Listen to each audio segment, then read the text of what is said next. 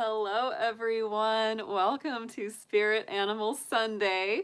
My name is Ariel. This is my little bunny daughter, my little soul animal, my little soul bunny. Oh, my little Coco Van Bunsen. Yes, here to welcome you to the evening.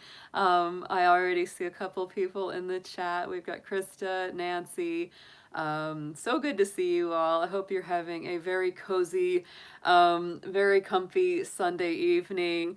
It is definitely cold and drizzly here outside, so we are doing our best to stay warm and snuggly. Hey there, Beth. Good to see you. So basically, yeah, this is just an evening that we have a little fun connecting with our spirit animals. Hey, Jacqueline. And we talk to them and we see if they talk back, which they always do. and, and I also do, of course, encourage you to snuggle up on your little fur babies or feathered babies or scaled babies or whatever little animals that you have in your life, and because they are such a big part of our life. Yes, they are. And oh, my little baby girl. Yes, you're sweet. This little bun, I tell you, she's my little shadow. I don't know where Moonchild is. Oh my goodness, she's missing it because she's a bunny mama too. So I hope that she'll bounce on. Hey there, Colin. Good to see you. Yes, and the bunny is in the house. She says bonsoir, everyone and everyone. Yes, get a good close up there, Bunsen. Take a good look at them. Check them out. See how they're all doing out there with that little nose of yours. Yes. So on Spirit Animal Sunday, we get together. We celebrate our animal friends, whether they are physically here with us, spiritually here with us, no matter what we connect with on that level or plane, and we just get a few, tarot messages. I have a really wonderful spirit animal tarot deck called the Arc, which absolutely recommend to everyone. And I also use a couple of animal oracle decks to get some messages for everybody. And everybody, should we do a reading for you, Bunsen? Do you need one? Do we need a reading for the bun? She's looking at me like, yes, that might be helpful. Bunsen is a Capricorn. She and her brother were both born on Christmas Day. They're born on the December 25th. And they both have a little Sagittarius moon though, so they've got a little fiery kick. So yes. They're usually very well behaved, but they go a little nuts once in a while. That's the way that works. She's such sweet. She's just, oh, they are, Moonchild. Your bunnies are little Pisces. Aww. So sweet. So sweet. That is absolutely adorable. So I'm going to go ahead. I'm going to get Miss... Oh, she doesn't want to go. I know. She's like, no, Mommy, don't put me down. Don't put me back in the hutch. Don't put me back in the hutch. Well, I'm going to have to do it, sweetie, because unfortunately I can't hold you and pull cards at the same time. She's like, well, you need to grow a third arm, obviously. Like one of the Hindu goddesses. You need to grow more arms, Mommy. She says, you need to grow more appendages so that you can read cards and hold Bunny at the same time. Yeah, well, that would be helpful. That would be very helpful, wouldn't it? Yes. All right, guys, I'm going to go get her stowed away. I'm going to put her in there with her little brother so they can snuggle up and get warm and cozy. I know.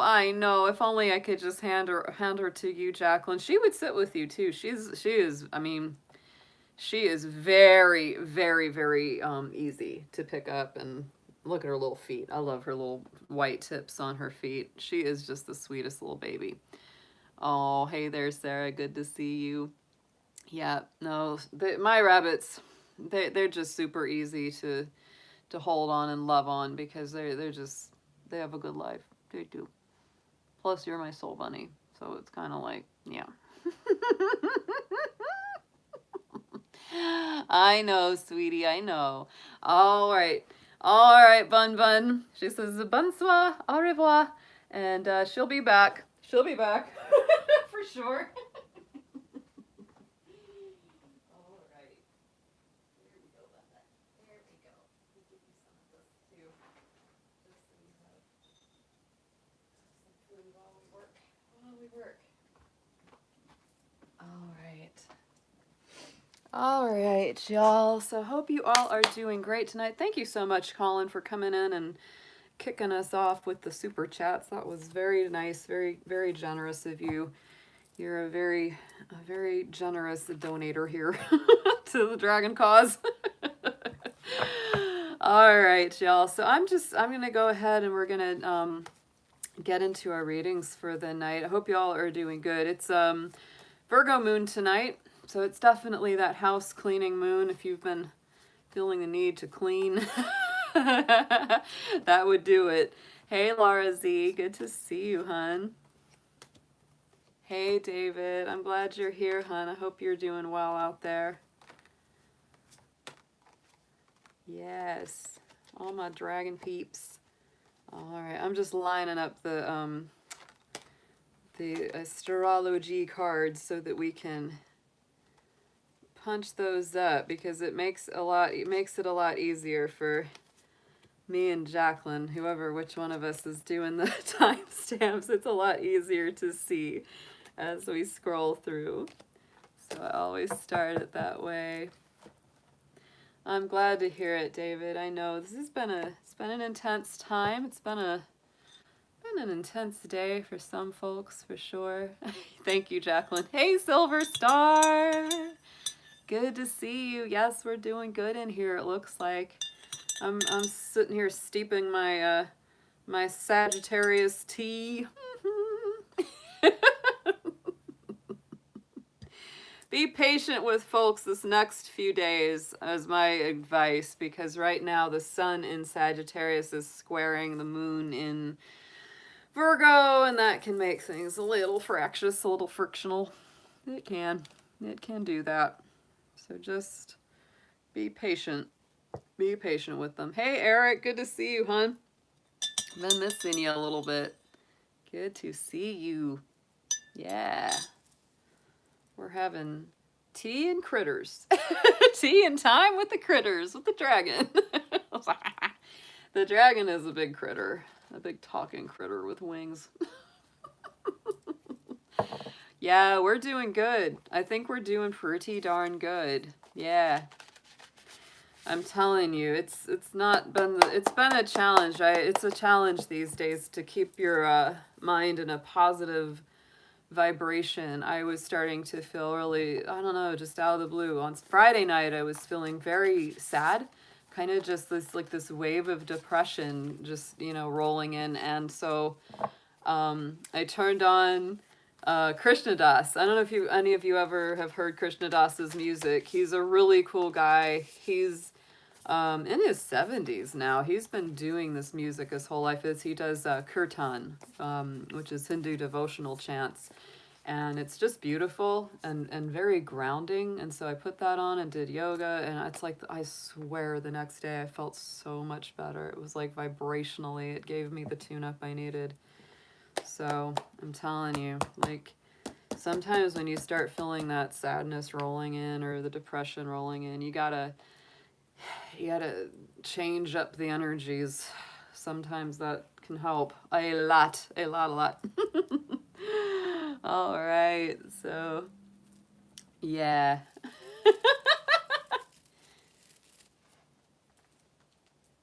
Moonchild speaks rabbit along with me. She does. She speaks the bunny language. Yep. Go ahead and we're gonna burn some sweetgrass. Get this going. Always get that going. Yeah. Oh, it feels so good. I love the way this feels and smells. So nice. Hair Raisin. Good to see Hair Raisin in the house. Yes. Awesome. I think my lighter is almost out of fuel. I need to refill it. I'll just stick it in the candle. That works well too. Oh, heck yeah. There we go. Yes! There we go. There we go. Yeah. Get a good dragon fire smoke bath.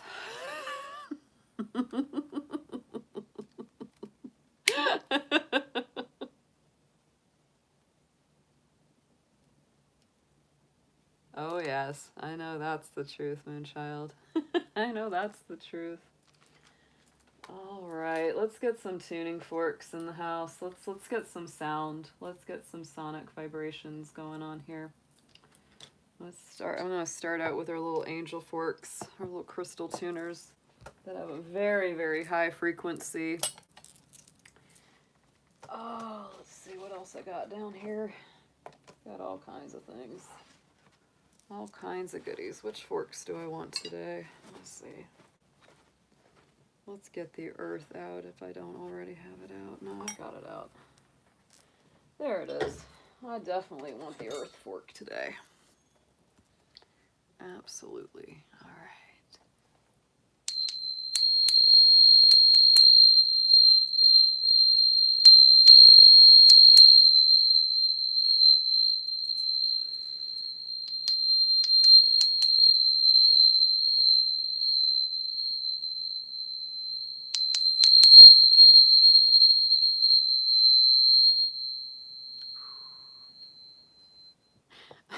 Jacqueline's gonna get emotional here in the chat. She's like, don't leave.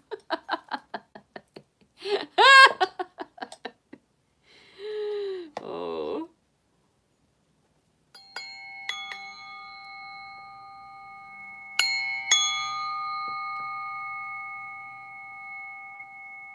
Oh, I know. Hey, Amber. Good to see you, hun.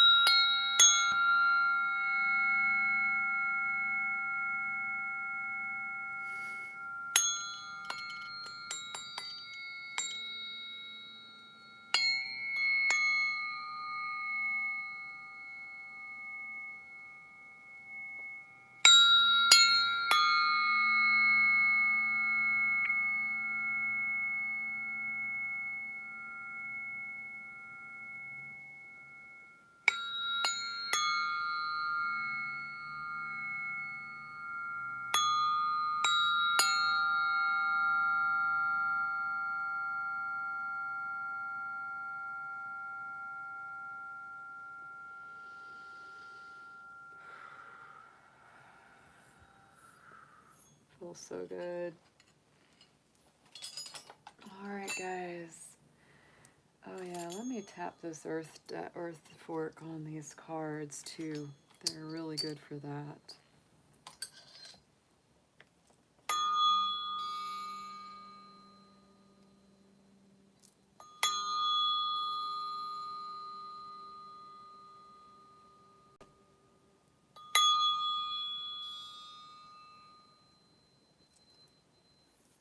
All right, y'all. Let's see what we've got tonight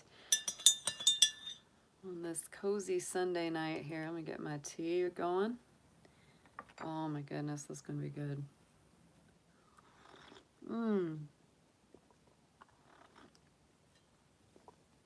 Oh, Amber, thank you. I just saw that super chat. Thank you so much, sweetheart. I really, really appreciate it. All right. Hey, Elizabeth. Oh, good to see you. All right, y'all. We're going to start out with our first sign. We're just going to go in order tonight. We're going to start out with our Aries. So Aries, this reading is for you. This is going to be your spirit animal messages for this week ahead. We're going to get to start out a main spirit animal that will be coming through as your primary guide for the week. All of my December monthlies also are up online, and I do include a spirit animal from the Druid deck in each one of those. So that one is, you know, meant to be like a monthly guardian that's with you all through the month that you can work with. And these are more on a week-by-week basis. So this just gives you a little extra dynamic, a little extra kick, more that you can pull into. So let's see, dear animal guardians, animal spirits and guides, all our angels and ancestors as well. What are our animal spirit friends bringing through for our Aries folks in the chat and on the stream, and those who will watch this later on? Thank you so much for your help, guys.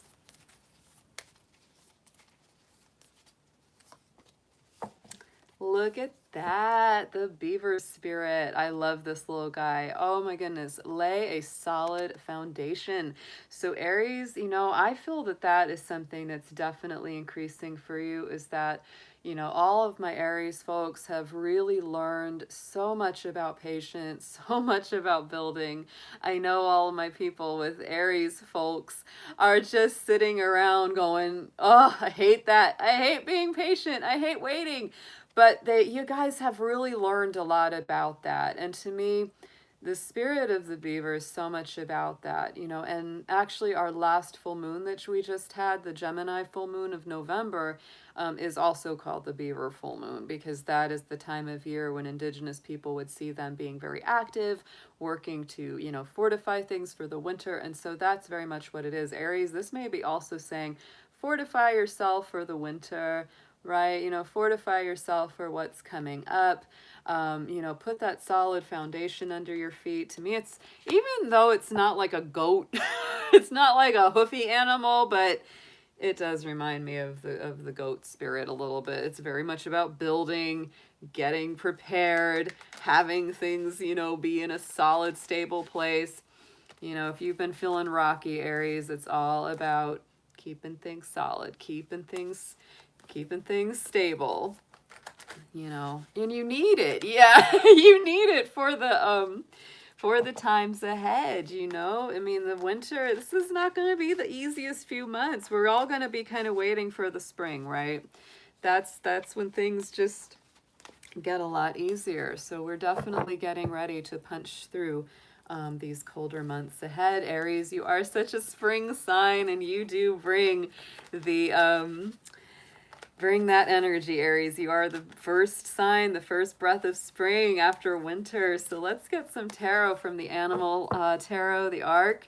Let's get 3 on this for Aries, please.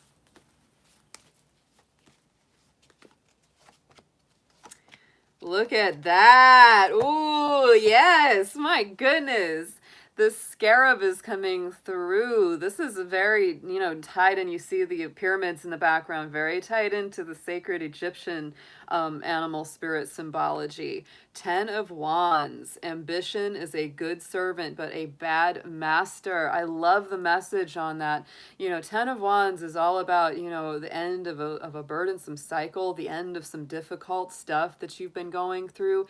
And the Wands, that's your fire energy, Aries. So to me, it's very much about your element. And remember, you know, it's good to have ambition, but don't let it run your life to the point that you're just worn out, overburdened, overscheduled, all of that kind of thing. Simplify it, Aries, because that's going to help you get through any of those burdensome cycles. But right here in the center, this makes me so happy to see in your reading, is the bald eagle, the Emperor, same as the Emperor in our traditional tarot. So this is your own energy, Aries, coming through very strongly. This is, you know, you're showing up in your own spirit animal messages this week. Ambition, fearlessness, leadership. So I get a very strong feeling here, Aries, that we have this really interesting feeling. You know, it's like it's telling you that sometimes ambition can be really detrimental, because when we overcommit, we put too much on our plate, then we can't really do any of it well. Yeah, so it's sort of like, take a few things off of that plate, unburden yourself a little bit, Aries, because then all those ambitions and plans and higher goals, they really get better and they come into view. And that Emperor energy, same as that bald eagle, it really flies high to the sun. It really flies high to connect with spirit. And then look what we have. We have the horse, which is the same as our chariot card. And even in this, yes, we have the dark and the light horse, the balance of our two very strong emotions going on. So Aries, this is very much about you simplifying your life, getting the things that you really want to focus on and be ambitious about, you know, firmly in view, and then going towards them with a lot of balance, you know, a lot of understanding. It's travel, victory, power coming into focus. So let's get a little affirmation from this. I love this. It's called the Divine Animal Oracle, and it's a really good one. So let's see what your message for the week is.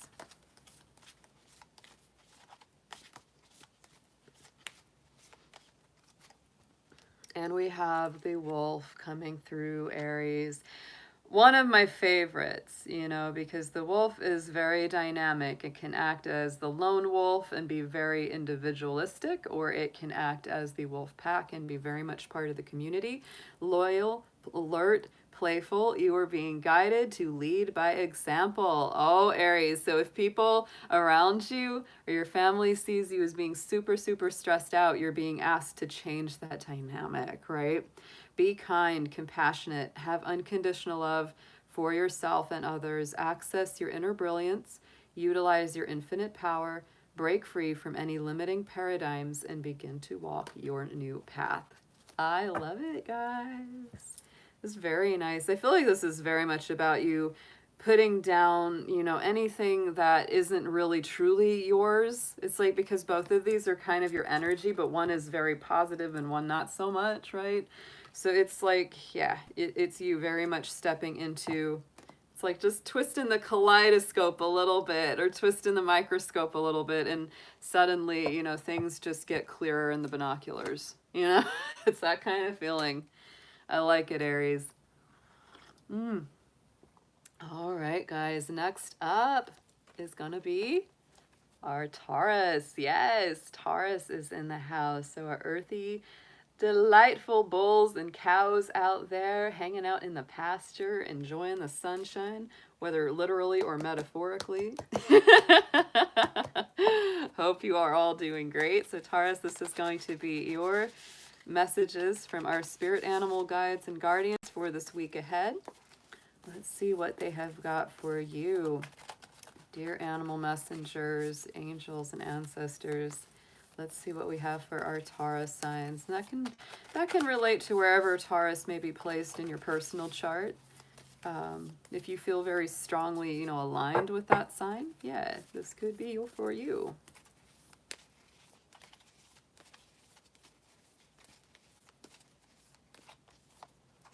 Oh, that deer spirit is coming out, Taurus. Bring a gentle touch. Be gentle with yourself. I feel like my Taurus folks have really been through a couple of tough months. Gentle with others. Don't hang out with people that are rough on you or really difficult. It's also very agile, very graceful. And so, boy, they move quick. And I've seen deer in our neighborhood. I'll tell you, if they don't like the vibe or they don't like what's around her, they feel nervous, they're out of there. They're out of there. So they're very, you know, very sensitive, and they move quick. They move quick if they don't like what's around them. So you might want to take the same advice this week, Taurus. If something's negative, difficult, harsh, or abrasive, you may just want to slide on over to the other side. Let's get 3 tarot cards on this from the Arc for you, Taurus.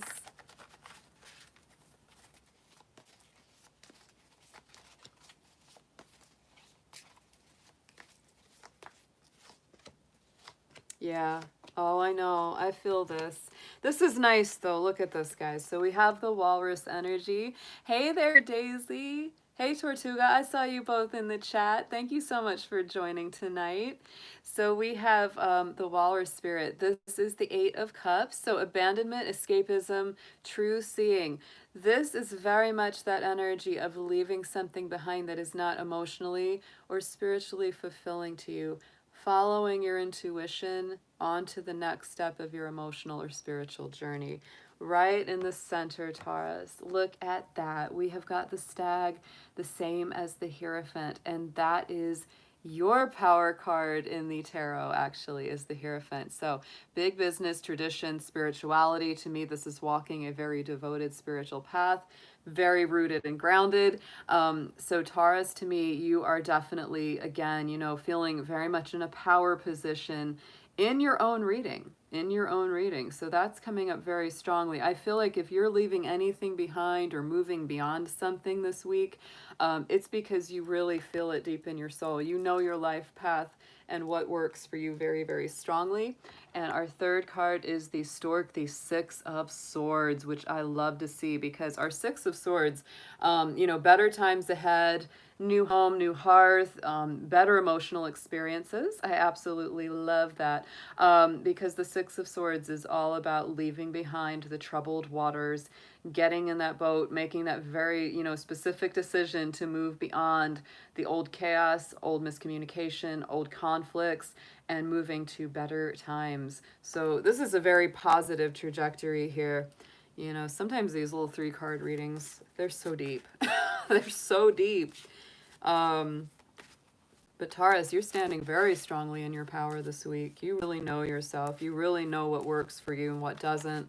And I feel like you're making this very, very strong decision to go away from what's not fulfilling to something that you know will be better, even if it hasn't manifested completely yet. Wow. All right, let's get into a affirmation for you.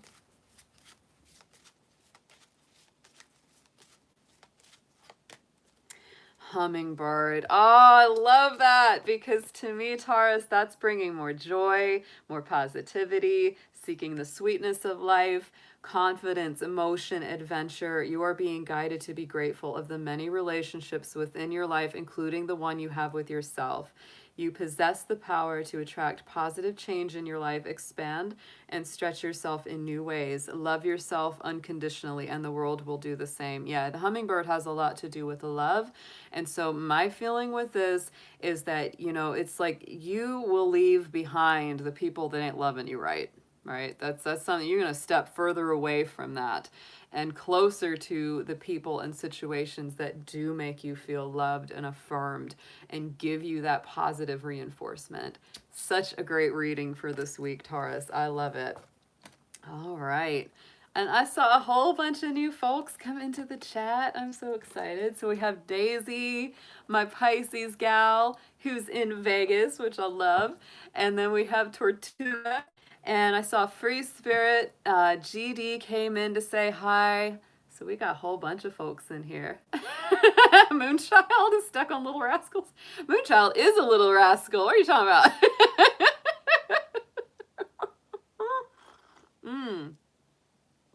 Barry the Bunny. Oh my goodness. Yeah, we're going to Las Vegas for sure. We are definitely doing that. As soon as we're all ready and travel is in motion, I'm telling you, we're going. Hey, Light Seeker, good to see you. Oh, thanks so much for the super chat, Jacqueline. And I always love the little Shiba Inus.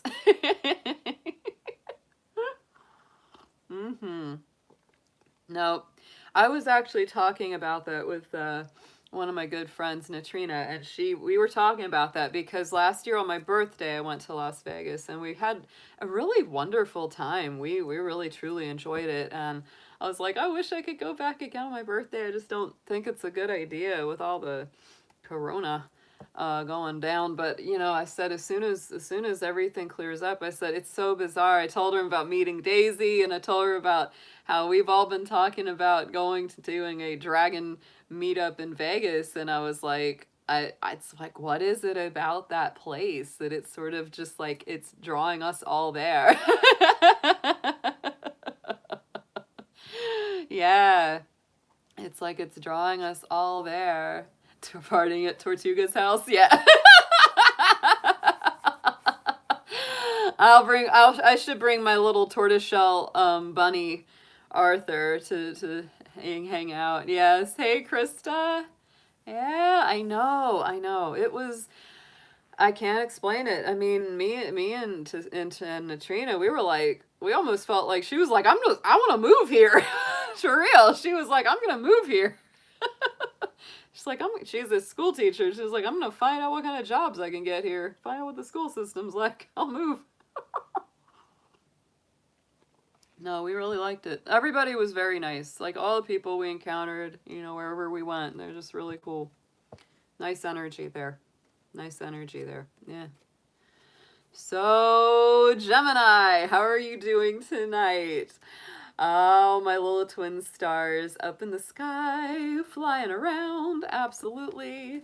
Let's see what we've got for you, Gemmy Gems. Yeah, that's what I said last week. Amber and Jacqueline in the chat, watch the Sagittarius reading. I recommend Gemini definitely watch the December Sagittarius reading because that's your polarity sign, but it literally made me laugh. It was like, oh, I was like, Sagittarius, what are you going to accidentally get married?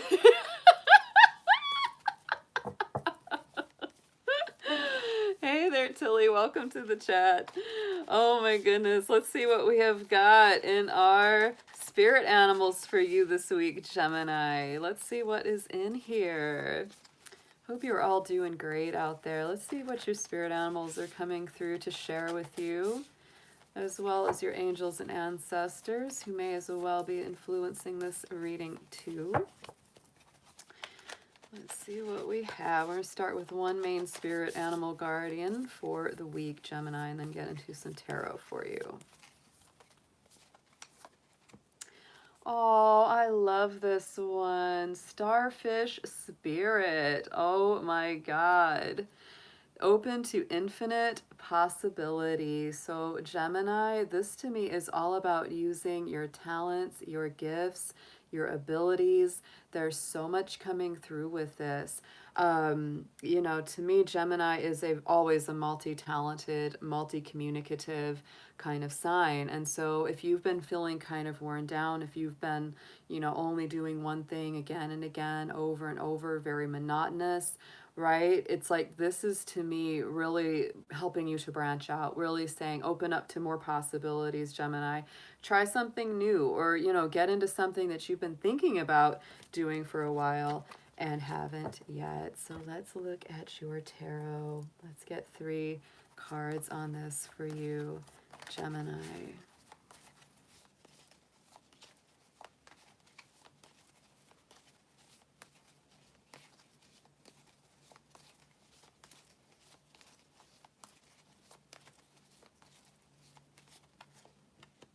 Ooh, oh yeah. Oh, this is nice. This is nice. All right, so elephant right here is the Justice card. Truth and natural law and righted wrongs. This is Libra energy. So to me, this is about balance, Gemini. It's really about bringing back harmony, equilibrium, things that had gone wrong in the past being righted, and you just really wanting to get back on your own feeling of balance, and to me this is interesting with the starfish because it's opening up to all the different possibilities.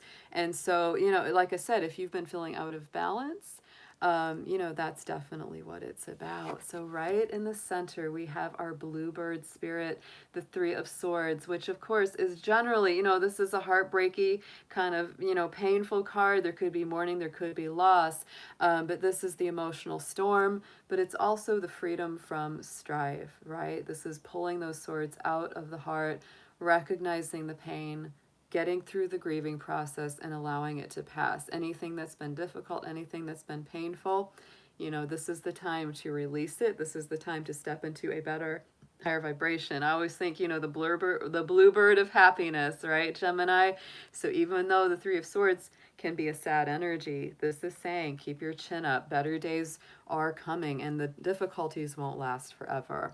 Here we go on the outcome. White buffalo, Ace of Pentacles. Isn't that beautiful? So prosperity, divine gifts, lost opportunity.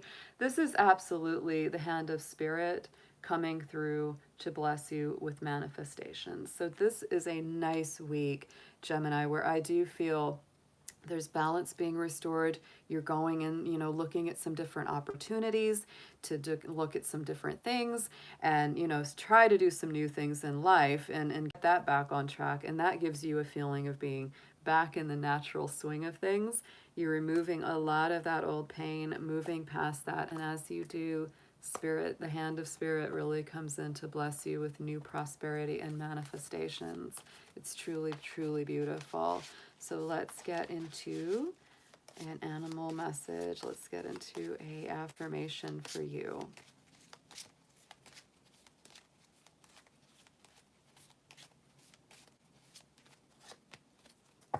Ooh, the bee came up. I love that. Our little honeybee. This to me again is communicable.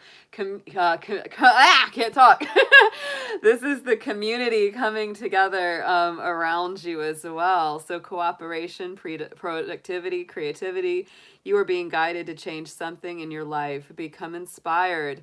Follow your heart and creatively build your future with today's decisions. You have no limitations and there are no boundaries to your capabilities. Any assistance you need will always be found. That is a perfect message to summarize that reading. So Gemini, reach out, try the untried, put those plans into action that you hadn't put into action before, and enlist the help of your friends, your community. Might be something you want to even do online where you get everybody communicating and working together. Very, very nice reading. All right. Gemini being queen bee. That's right. It's a nice energy. I love the bee spirit because it's very much about, you know, sweet results, the honey, you know, the sweet results of everybody working together. That's what it has a lot to do with, you know. Yeah. Oh, and Tilia, she was asking about the bracelets. Yeah, I was actually, it's funny.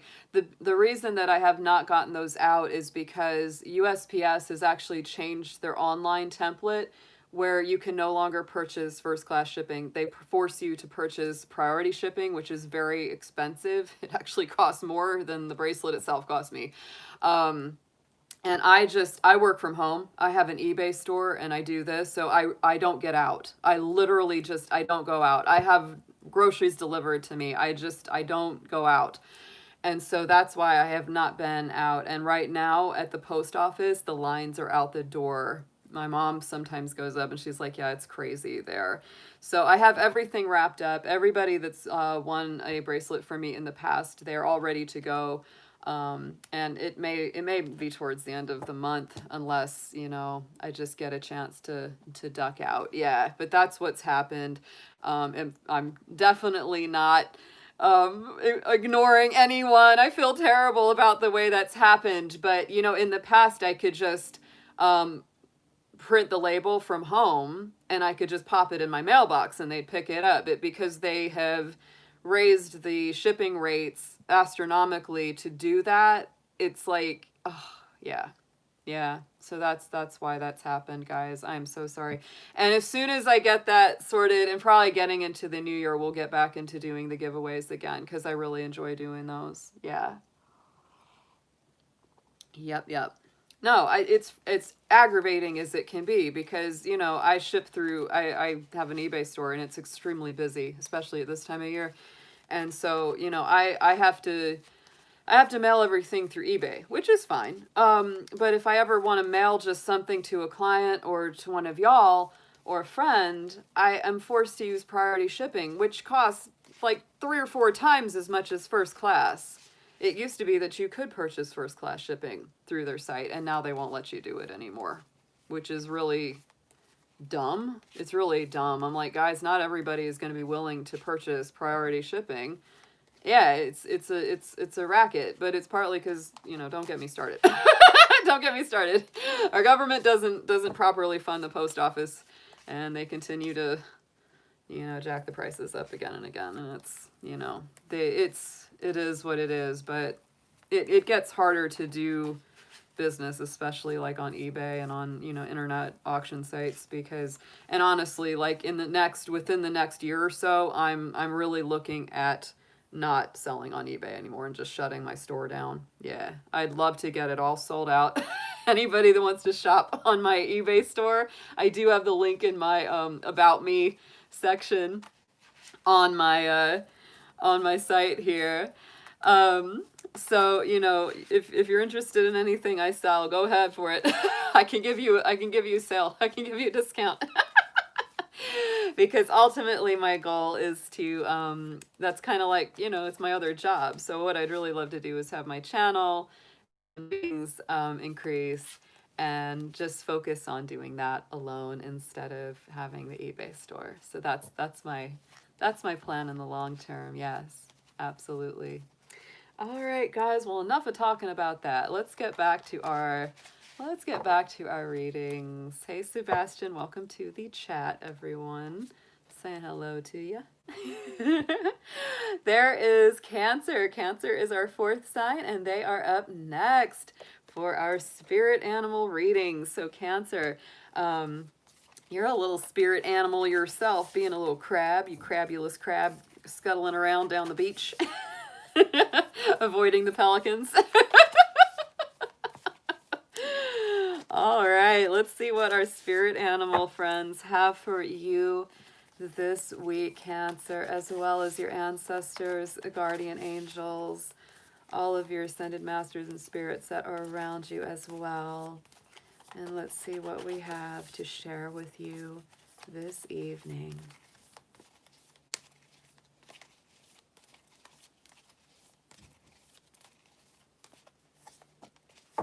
Ooh, I like this. Be fearless and bold. That badger spirit is coming through, Cancer. And look at the number. We've got number 4. And that's your number as well. So I like that synchronicity of the 4 and the 4. Very, very cool. So, you know, Cancer, interestingly enough, on the Fire Dragon Friday reads that we just did 2 days ago for the love readings, it was coming through real fiery. I've been getting this real fiery energy around you. Very like confident and bold, more aggressive than usual, making the moves, stepping up, going after what you want. It could be the fact that Mars is squaring your sign right now because it's in Aries, so it's putting that fiery pressure under you. But I'm telling you, I feel like Cancer is just like, they got a little fire up under their shell. They're moving, they're grooving, they're stepping up and saying, I want what I want. Yeah, coming out of that hermit crab shell. That's right. So that's very much what I feel. And that's what our badger is about. It's a very strong energy too. Like badgers, that whole like Wolverine family, yeah, they're really tough. Like they're kind of like just little battle axes. Like you can't get them down. They're strong, they're tough. They're like fearless. So yeah, this is very much about you getting what you want, standing strong in your energy. So let's see what we've got for you in the tarot. Let's get 3 cards on this, please, for Cancer.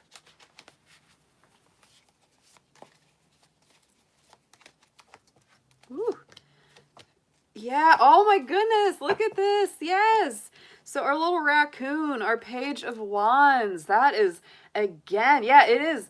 Jacqueline in the chat just said honey badger. That's right, it is. You go back and watch that funny old honey badger video. That thing, oh my goodness, that cracked me up so bad in the old days. You watch that again, because that is, I mean, that's what it is, honey badger. Like, they can get bit by snakes, and it doesn't bother them. They're just like, eh. They sleep it off, and they wake up, and they keep eating. Raccoon, Page of Wands, enthusiasm, free spirit, new ideas.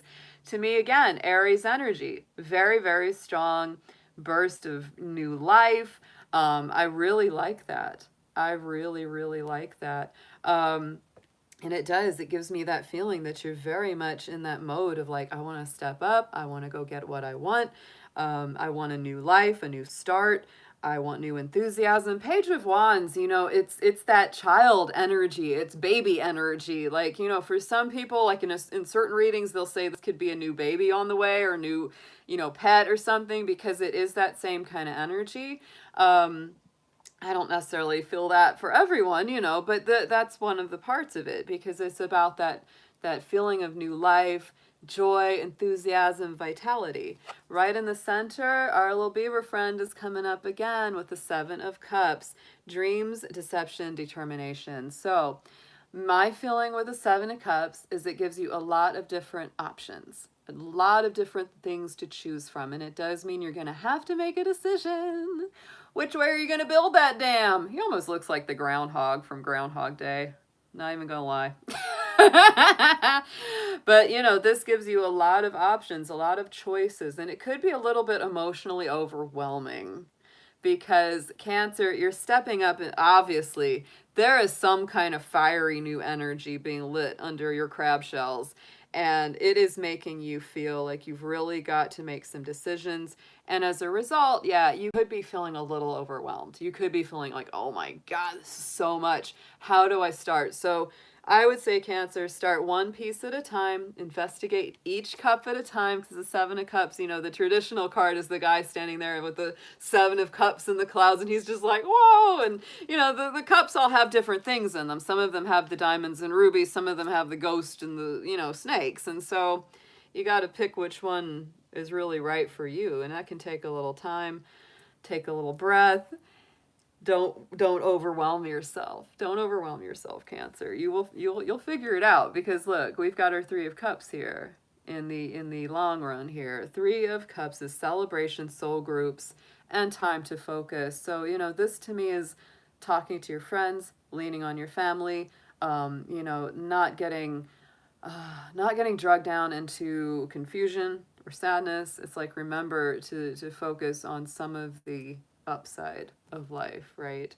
And take time to be, yes, with your soul group, with your soul family, the people who really, really get you and understand you, and you know, unconditionally support you. That's you all are so funny.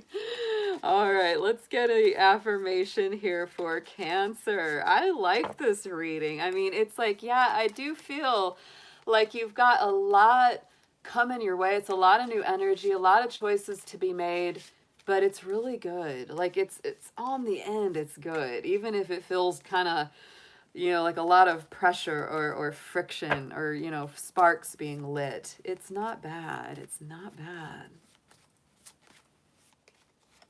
I'd rather have more action than not enough, right? I'd rather have more things coming my way than just, you know, nothing. Butterfly is what's coming out here. So check this out, Cancer. We've got major transformation energy with this metamorphosis, mind, body, and soul transformation. You are being guided to embrace change and detach from what no longer serves you. Begin now to recognize your own beauty and elegance, and the world will do the same. I like that. Okay, it's very nice. Very nice. All right, so Cancer, we are good. We are good. Let's see what we've got next for our next sign. We're going to be pulling up, I know, our fire folks, our Leos are in the house. Yes, and of course, Leo, you're definitely a spirit animal creature here. Big old roaring lion and lionesses. Hanging out on the plains, chasing down them gazelles. I know. I know, Leo. All right, let's see what we have got in your spirit animal messages this week, my dear lions. Let's see who's coming out as the primary guardian of the week. Dear animal spirits, angels, ancestors, ascended masters, please show us what you have for our lions this week from our spirit animals.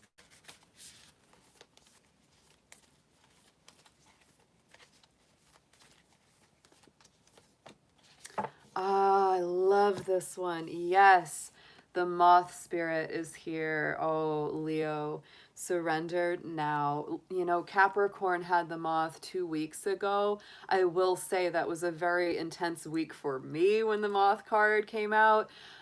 Because to me, this shows me, Leo, that you may be going through a little bit of a dark night of the soul this week. You may have news either of somebody's passing. There could be that element of death in this week.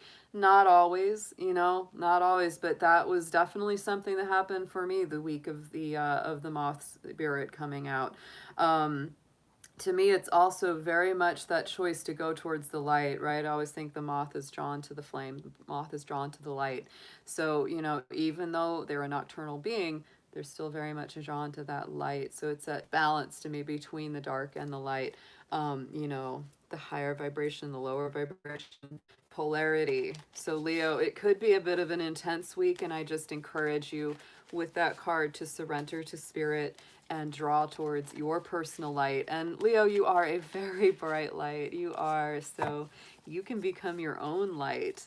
You really can. So let's get into your tarot. Let's see which of our animal tarot cards are coming through for you. Let's get 3 for Leo, please.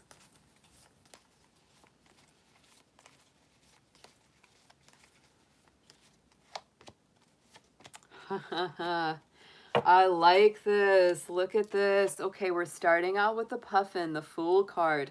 This is about childlike wonder, trust, freedom, and interestingly enough, that key word, surrender, right? The Fool is very much about surrendering and trusting where spirit will take them. Not getting too bound up in the who, what, when, where, why, how's all that going to come about. They just say, you know what? If you're leading me there, I'm going to trust in you, and I'm going to trust the divine and take that leap of faith. Right in the center, we have got the Fly coming through with that 5 of Swords.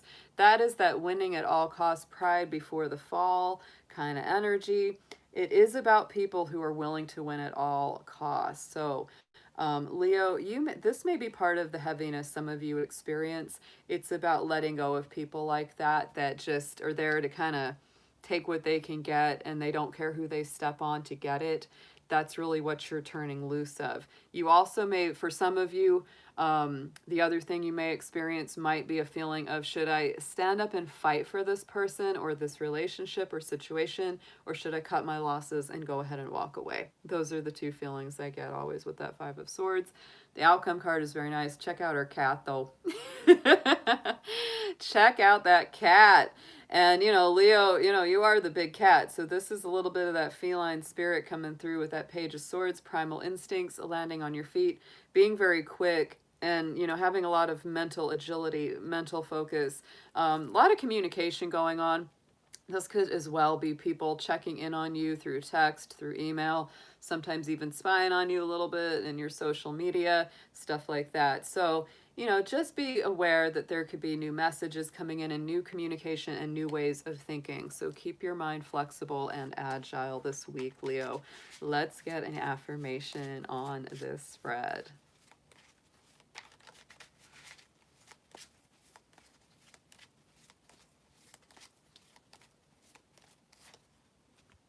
And there we have our dragonfly. Fly and dragonfly.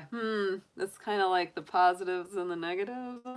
So being versatile, being flexible, being spontaneous with what messages you receive this week. You are being guided to put yourself in the spotlight. Leo, it's time to get in that spotlight. You are beautiful in countless ways, and your soul shines brightly. You possess a unique, vibrant personality and great versatility. Utilize these qualities to create a life of passion, purpose, and joy. That's a very nice message this week, Leo. Could be some intense stuff, but you know what? It all works out. It all works out. All right. All right. Cards real quick. Clear those cards. Moonchild, stop eating ice cream and hunting squirrels. There's a lot of little dogs out there that'll do that kind of thing too, hunting them squirrels, I'll tell you.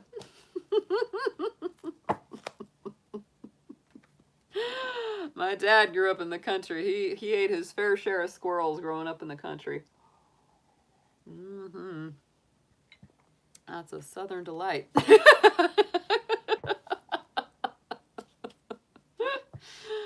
All right, here we go, Virgo.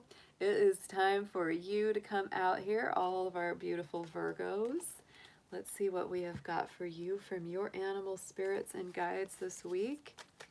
Also pulling in to your angels, your ancestors, Whoever your spiritual guides are, invite them to weigh in as well. So let's see what your spirit animal friends have to say to you this week.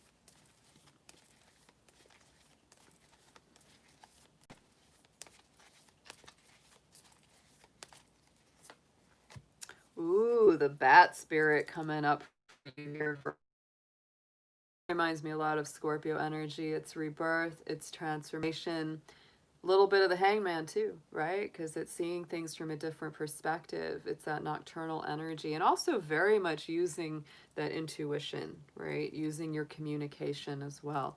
But this is about an assured rebirth coming through this week for you. Wow. All right, let's get some tarot on this. Let's see what we've got for you from the Arc Animal Tarot. Let's get 3 cards for our Virgos, please.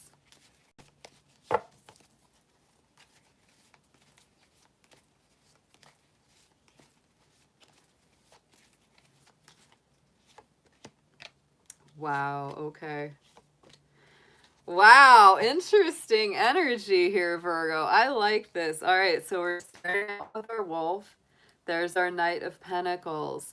This is all about slow and steady wins the race, reputation, reliability, positive results, and getting results.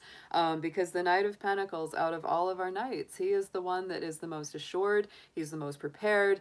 He has the best chance of getting across the finish line and completing whatever the purpose or mission or goal that he had set for himself, whatever that is.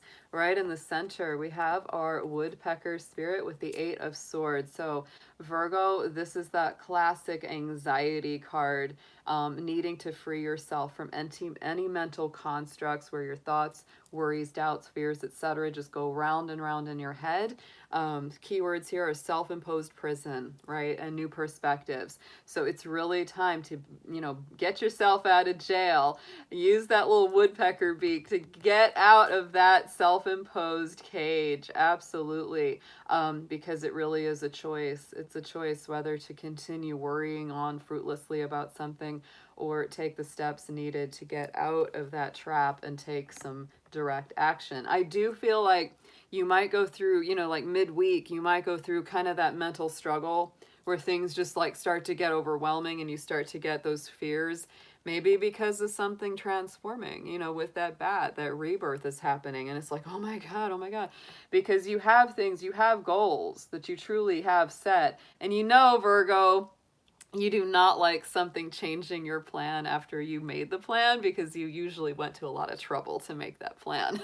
So that's why this is so frustrating, right? But by the week's end, look what we have. We have our rhinoceros spirit coming out, the King of Pentacles, starting with the Knight, ending with the King. And so that is power, wealth, sitting in your power, having strength, prosperity, abundance, a balance between the physical manifest world and, that more sensual feminine world as well. So it's a very nice balance between feminine and masculine energies. I always do feel that with the King of Pentacles.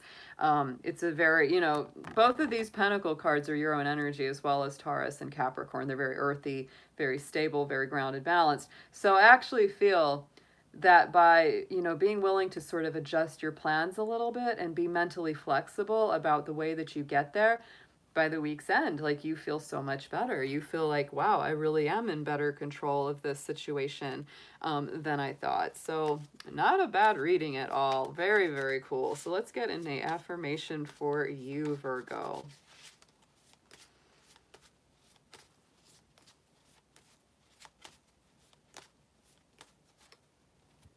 And look at that. What did I start out saying? Slow and steady wins the race. There is our tortoise. The ultimate slow and steady wins the race. Patience, persistence, resourceful, like our Knight of Pentacles. You are being guided to be mindful. Oh, yes. Enjoy each moment and have patience with yourself and others. Taking small steps forward over time will deliver you to huge accomplishments. Nice. For Virgo, I feel that some of what's happening in this rebirthing energy is partly you getting more flexible and seeing that bigger picture. I do. I feel like you're changing your perspective a little bit on this. Yeah. It's a nice read. All right, let's get into our next sign. I'm gonna tune these cards up real quick. Just like to clear them. Clear them in between.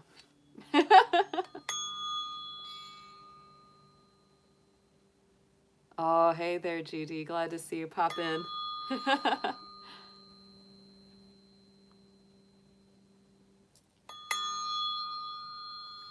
Yeah, some of that Virgo stuff could be around finances and money too, considering all that earth energy came through. Be something changing in the finances. Yep.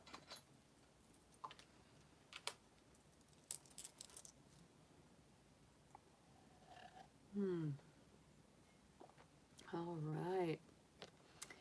Okay, Libra. Hope you have my Libras out there. I don't know if we have any Libra sun signs in the house tonight, but Libra, this is, yeah, where's Yu? She's our Libra. She's always here. But Libra, I hope you are having a great evening, whether you're watching this with us right now or you watch this at a later date. The timestamps will be up for all of these. So let's go ahead and get into our Libra's spirit animal messages for this week ahead. We're going to get a main animal guardian to start. In Libra, we're just going to call in on all your animal spirit guides, all your angels, all your ancestors that are around you. Let's see Libra, please.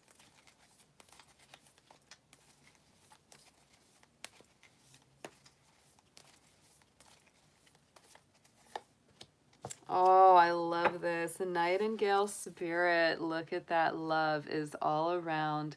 So to me, Libra, this is about love and communication both. This is about, you know, having that song in your heart, you know, speaking your truth, speaking, you know, what you feel inside, maybe for them and maybe having them say it back to you. But this is also to tell you that love is everywhere. It's not just from a romantic source, it's also from your friends, your family, your pets, everyone that's around you. There's a lot of love in your life this week, Libra. Love that. Let's get into the Arc Tarot. Let's get 3 on this for our Libras.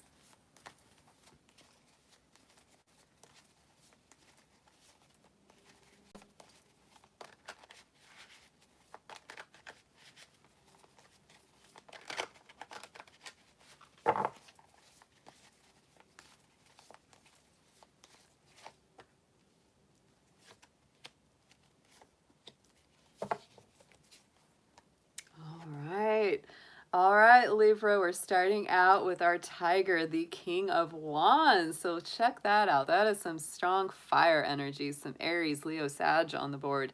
Loyalty, an honorable spirit, and ferociousness. You know, King of Wands is all about going out and getting what they want, man. They are fiery, they're direct, they take action. It's a little bit like a minor arcana emperor card there. Very like, I know what I want, I'm gonna go get it. Right in the center, we have our jellyfish. Interesting, Queen of Cups. Very interesting balance here because this is a very fiery, very masculine, direct king. This is a much more reflective, intuitive, receptive water queen. So, you know, psychic, visionary, compassionate, radiant.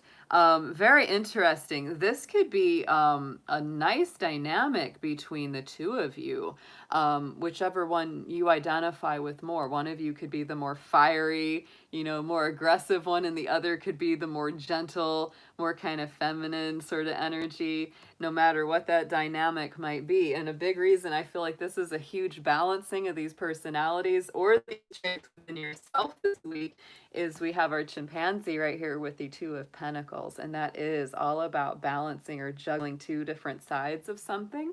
Balance, going with the flow, having fun in the process, right? Don't take any of this too heavy. Like if you feel like, oh my goodness, we're so different, they're so fiery, or they're so, you know, sit back and just go with the flow. How do I deal with that? You know, whichever side you're coming from, right? And so on the outset here, it's like, just remember, Libra, enjoy the journey, go with the flow, work with this balance, don't let it throw you off.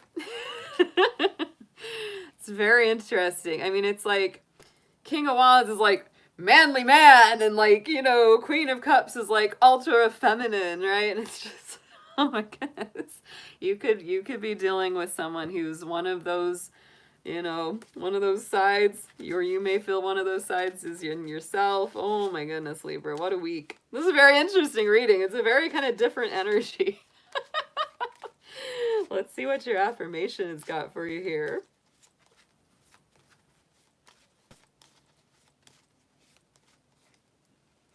And you've got the honeybee this week too. Oh my goodness, creativity, cooperation, productivity. You're being guided to change something in your life. Yeah, it's probably to balance between these two very, very strong personalities being thrown into the mix.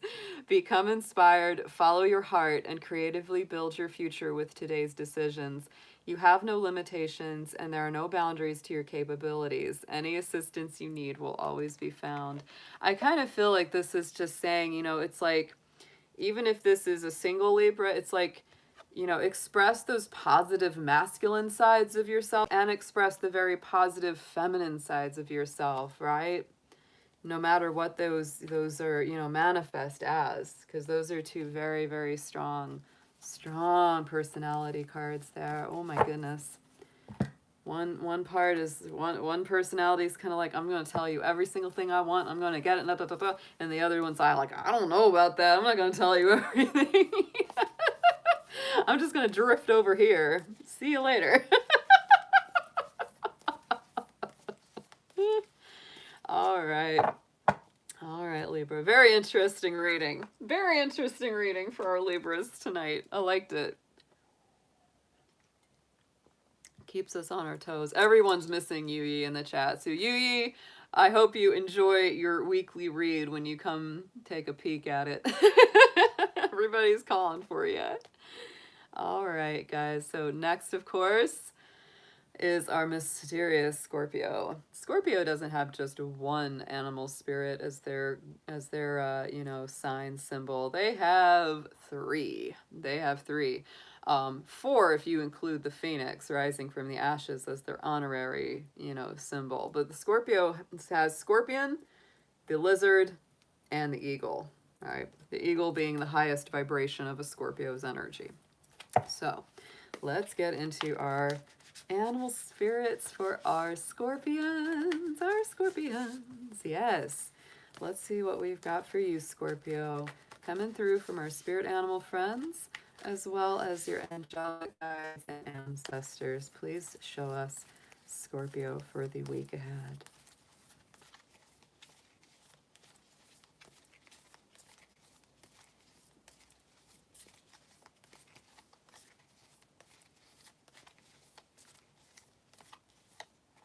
Ooh, we have the elephant spirit coming in. Oh my goodness. Learn from the past. Ooh, so Scorpio, something is coming in from the past, then you've seen it before, and it's reminding you, Scorpio, you've been here before, you've done this before, you've seen this before. And so now you can avoid stepping back in those same pitfalls and those same mistakes and those same things that led you astray before. Our elephant is also, to me, aligned with that justice energy, the truth, the balance. So it is all about that as well. So let's get into your tarot for the week. Let's pull 3 from our Animal Tarot, the Arc, for our Scorpios out there.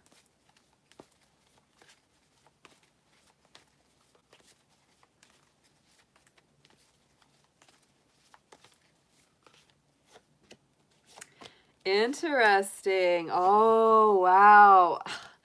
I'm telling you, Scorpio, this is exciting, all right? Here we go. We start with the chimpanzee, 2 of Pentacles, balance, going with the flow, having more fun in the journey and in the process. Our black swan comes up. There is our 9 of Swords. That is that dark night of the soul, mental anguish, shadow self, time healing all wounds, right? So to me, there's that shadow side that can come up, Scorpio, right? And that, to me, like it said, you know, learning from the past, learning from things that have been difficult, And so this may be a little bit of that wrench that gets thrown into your week, right? It's like, I'm going along my way, I'm doing my thing, and then, you know, here we are. There's that Nine of Swords is like, dun, dun, dun. It's like, I got to face this. But look at that. Scorpio, talk to spirit, pull into your guides, pull into your divine connections, because we have this Nautilus, the Ace of Cups at the end of it.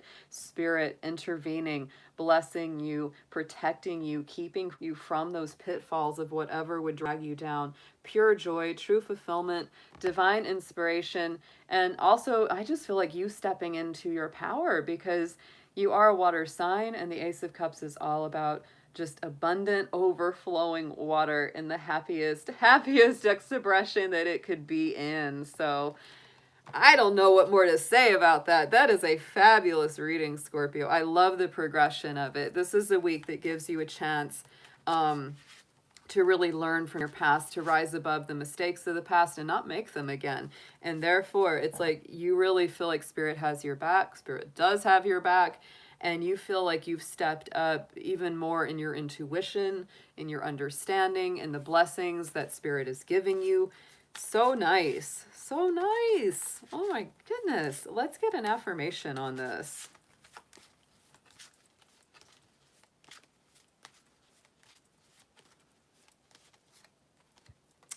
And you've got some Aries energy obviously coming in here with this ram. Oh, the courage, the strength, the pioneer. Yes, you are being guided to follow your heart and find the joy, intrigue, and enthusiasm for life. Look beyond the tried and true. You are on your own unique journey. There is no mountain too high or rugged for you.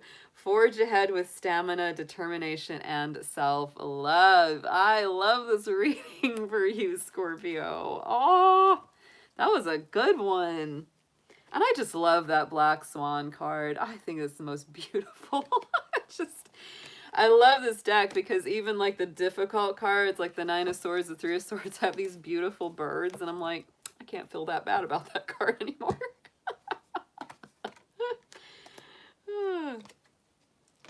All right.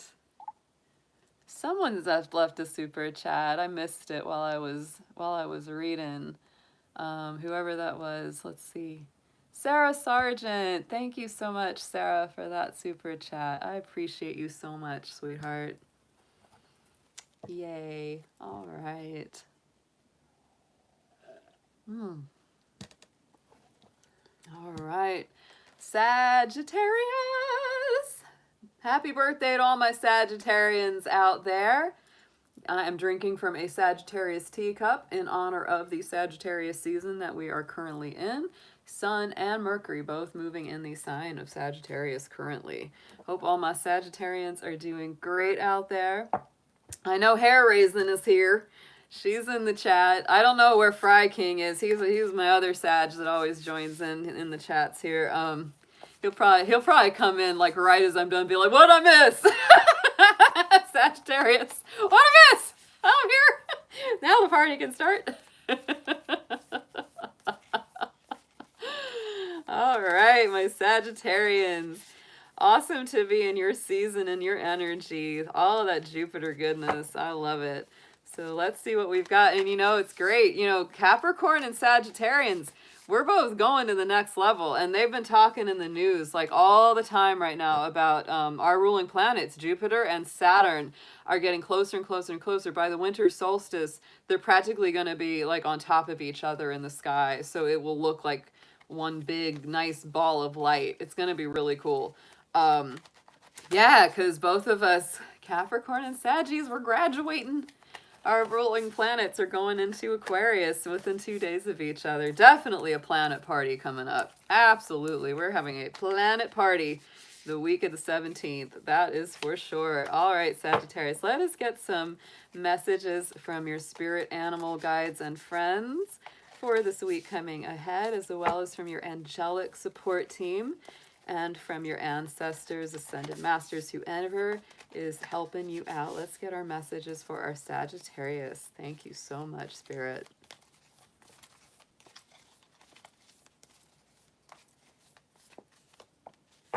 Look look at that. The hawk is coming out for Sagittarius. Let spirit be your guide. And the hawk is all about having big, clear, broad vision. Can't really think of a better animal to actually embody the message and the energy of Sagittarius, because the hawk is a visionary. It has that foresight. It, just like Sag, it looks at the big picture. And so Sagittarius, if things have been, kind of myopic or way too close to you, and you haven't been able to see the bigger picture around you, this is really coming through in a very, very strong way this week. And I love the hawk spirit. The hawks are very, very awesome. Every once in a while, they leave me a feather around here too, which is really cool. We have a lot of red-tailed hawks in the area. They're just amazing. I love them. They're very, very cool. Talk about little squirrel hunters. Oh my goodness, they're always chasing them. All right, Saggy, let's see what you've got in your tarot for the week. Let's get 3 cards from the Arc on Sagittarius.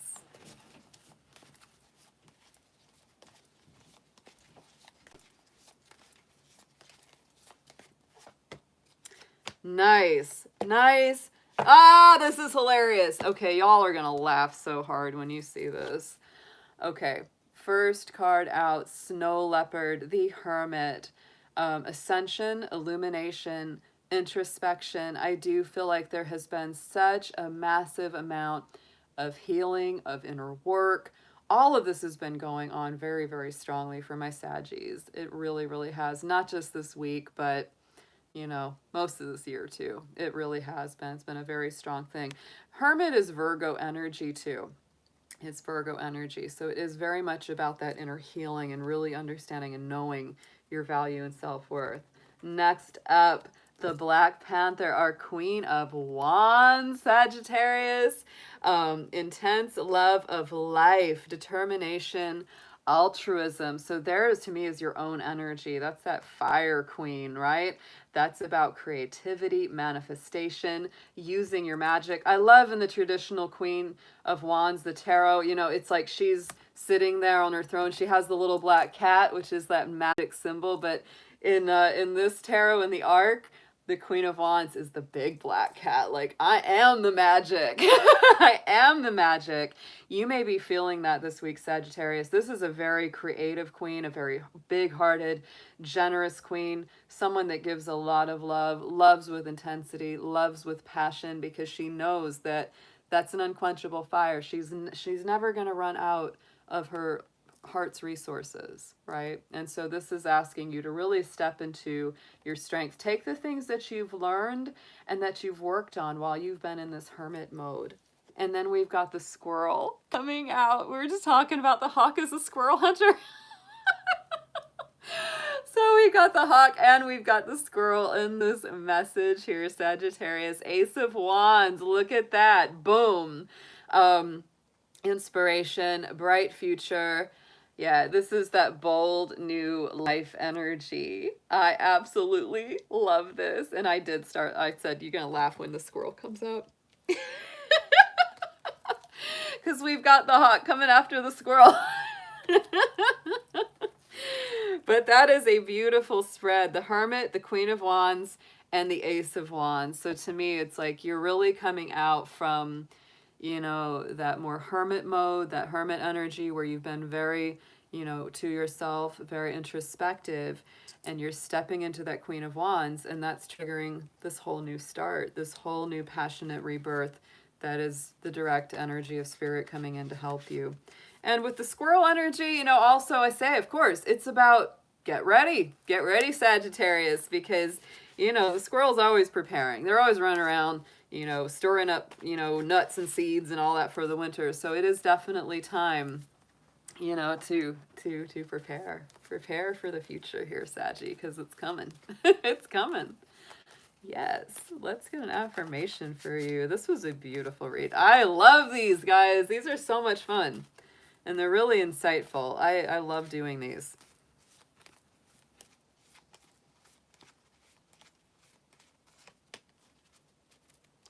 All right, and we've got the wolf. A lot of strong energies here. The wolf and the hawk are such strong animal spirits. You really are. Loyal, alert, and playful. You are being guided to lead by example. Be kind, compassionate, and have unconditional love for yourself and others. Access your inner brilliance. Utilize your infinite power. Yeah, that's that Queen of Wands. Break free from any limiting paradigms and begin to walk your new path. Ace of Wands. Big brand new path. Great reading. Really awesome, guys. All right. Let's clear these cards just a little bit. Just a little bit with the Earth Fork, because we gotta get ready for Capricorn. You're welcome, Hair Raisin. Thanks so much for being with us tonight. I love our group. I love our group. Everyone brings a cool new facet of energy.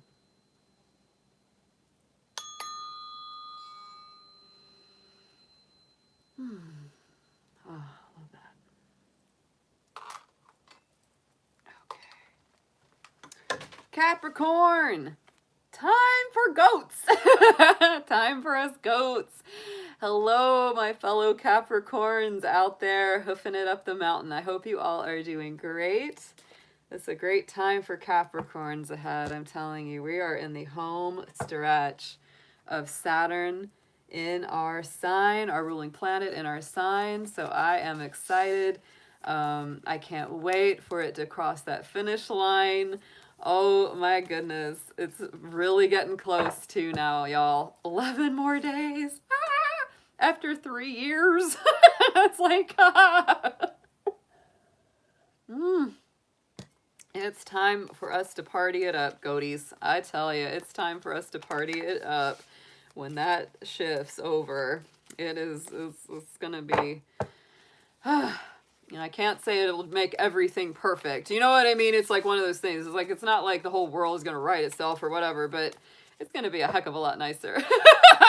At least for us, it will be. Moonchild, I like that. Goat school admission payment. Thank you, Coke. Thank you, sweetheart. And I saw you, Coco.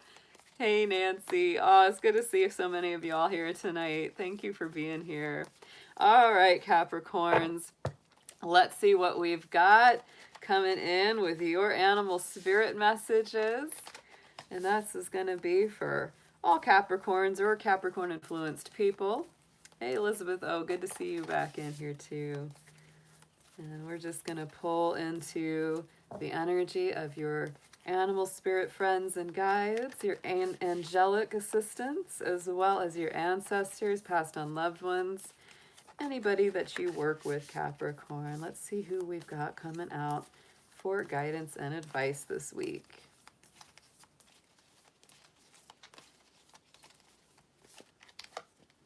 Ooh, Capricorn! Turn it up this week. The peacock is in your spread. This is your main guiding animal for the week. So let it shine is your message of the week. Wow. Capricorn, don't be afraid to be yourself. Don't be afraid to put on a display or put on a little show, to perform, to show off, to be a little bit more yourself. Turn it up. Don't be afraid to speak your truth. If someone's bullying you around, put that tail up, because you know the male peacocks do this for a couple reasons. There's a couple reasons they do this. The biggest reason, of course, is to attract a lady peacock. That's a big reason they do it, is to attract the hens. But they also do it as a form of protection, because it looks like a million different eyes staring at you. The peacock feathers are actually really important. That is, you know, traditionally it's seen as that, like the symbol of the evil eye that reflects and repels negativity or people putting negative intentions towards you. And the other reason, of course, they do it is for territorial, like this is my turf. You know, when they're duking it out with another peacock. So take that as it resonates, Capricorn. You may be needing to kind of put your foot down, claim your territory, claim your turf, Remind people who's boss sometimes, yeah. So Capricorn, let's get 3 out of the Arc Tarot for you. Let's see what extra messages are coming up this week.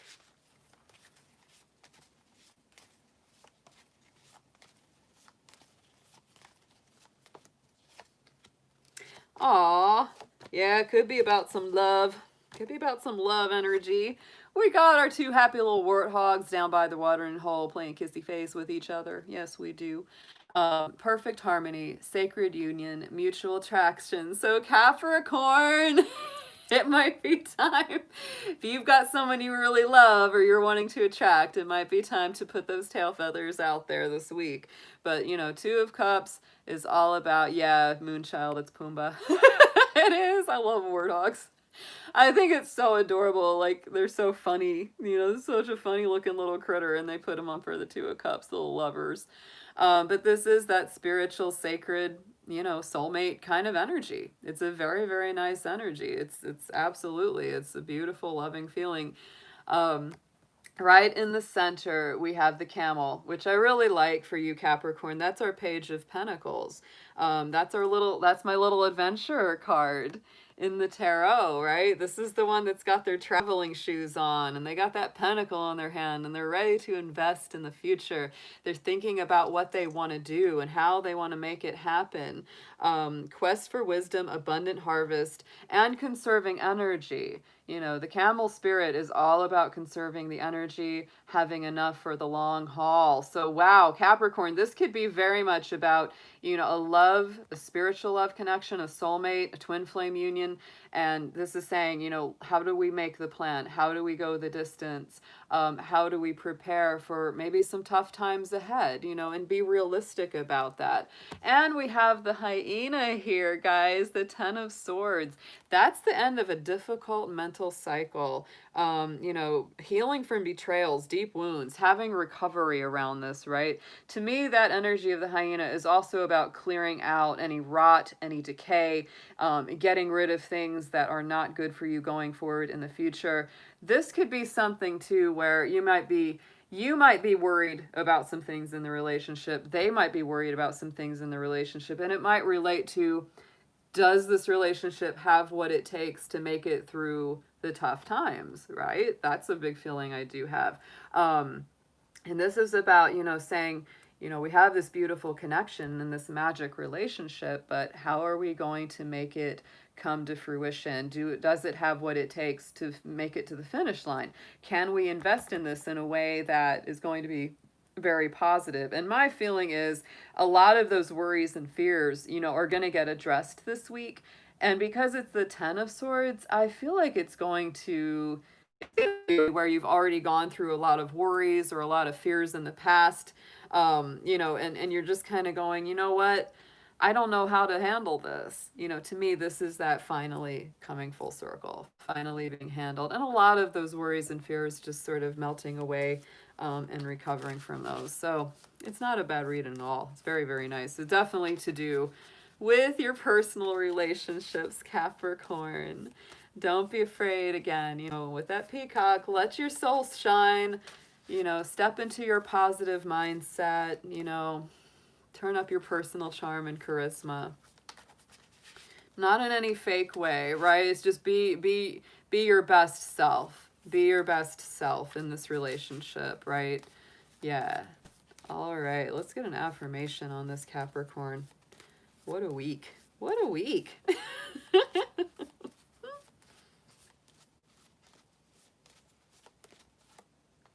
And we have the bee. The bee has come up 3 times in our readings this week in our affirmations. Creativity, cooperation, productivity. Sounds pretty good to me. You're being guided to change something in your life. Become inspired. Follow your heart. Creatively build your future with today's decisions. So that's, to me, it's like, if you want to get to a good future, you got to make good decisions today. That's really it. You have no limitations and there are no boundaries to your capabilities. That's for sure, Capricorn. Any assistance you need will always be found, right? And this could be part of the things that need to be addressed as well, is to say, you know, why are we worrying about this now? Or why have we been worrying about it? Because whenever we've needed something or whenever we've, you know, called for assistance, it's always come through in the past. Why would that change, right? Very nice. Very nice reading for you, Capricorn. I really like it. Yes, put your tail up. Put your tail up this week, goat. Oh, I'm so happy to see Yui in the chat. Yui, they were talking you up when it was the Libra reading.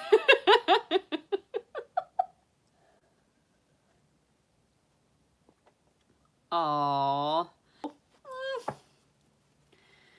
There's nothing. Oh, I don't think there's anything sweeter in the world than a bun.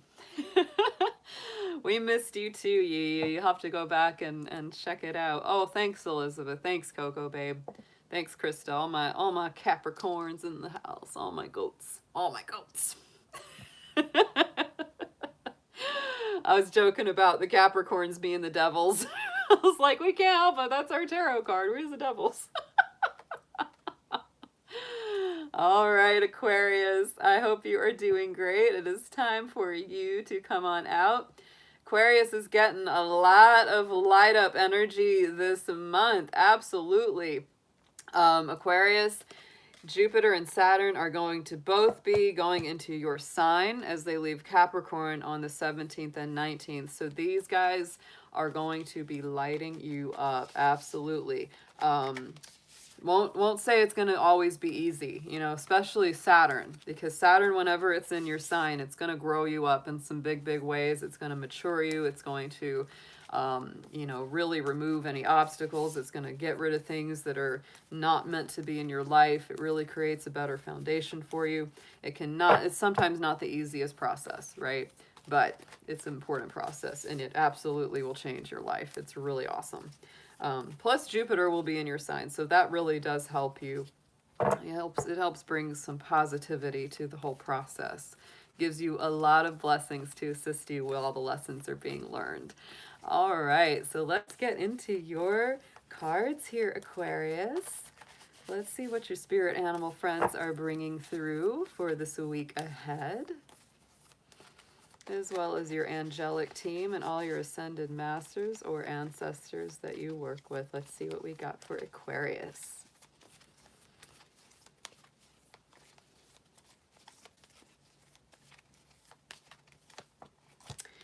Oh, Aquarius, Hawk Spirit, you caught this too, just like Sagittarius. This is, again, about seeing the big picture, seeing the vision, having a clear focus. You know, Aquarius, you are a sign of the future. You are all about the future, all about what's coming next. Sometimes it's really important to see the big picture, to see, you know, from point A to point B. And it's like, okay, here's where I am. Here's where I want to go, and let me think about the steps along the way that I need to take to get where I'm going. So let Spirit be your guide. Trust in the divine, Aquarius. Trust in Spirit. Trust that your spiritual team knows what it's doing. And whatever setbacks you may experience, whatever challenges you may go through, in the end, your vision, if you hold your vision true, you will get where you're going. You will get to what you want. Absolutely. The hawk has a very, very extraordinary long-ranging vision, excellent foresight, excellent ability to hone in on what he wants and go after it. So let's see what you've got in your tarot this week. Let's get 3 from the arc.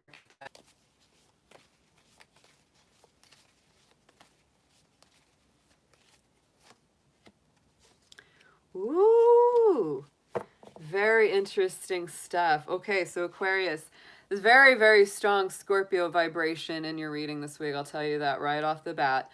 We have the whale coming up with the Judgment card, rising up, clarity, awakening, and mercy. To me, this is all about, you know, new life, being called out from the dead, rising again like a phoenix from the ashes. You know, really having that feeling of like, I've gone through quite a lot of transition and now the new life is rising up. The rooster is right here in the center. 3 of Wands. So Aquarius, to me, this is all about letting the ships come to you. Right now, you may be feeling like there's not a whole lot you can do about things. You may be feeling at a standstill. You may be feeling like all I can do is wait.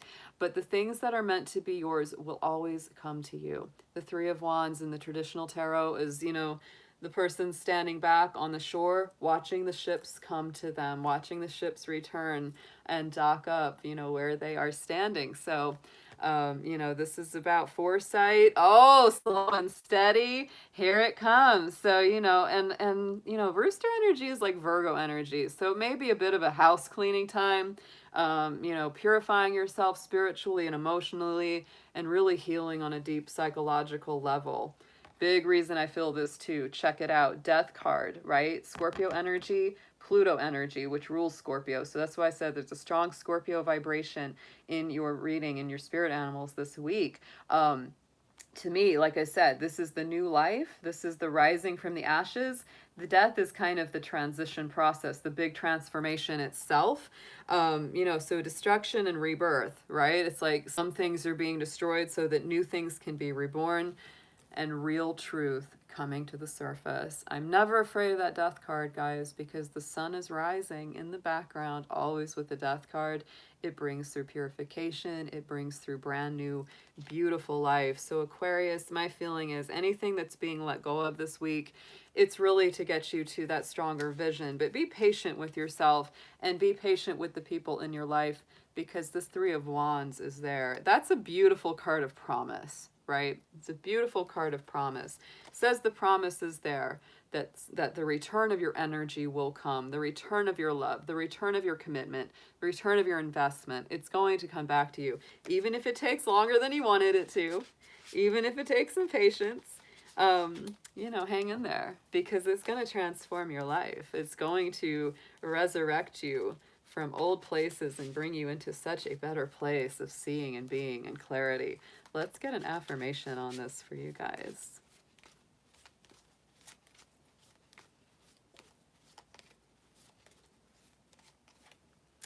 The panda. Oh, Aquarius. I love that little guy. Look at him. Balance, harmony, detachment. Yes. You are being guided to remove self-sabotaging thoughts and feelings and no longer label yourself or others.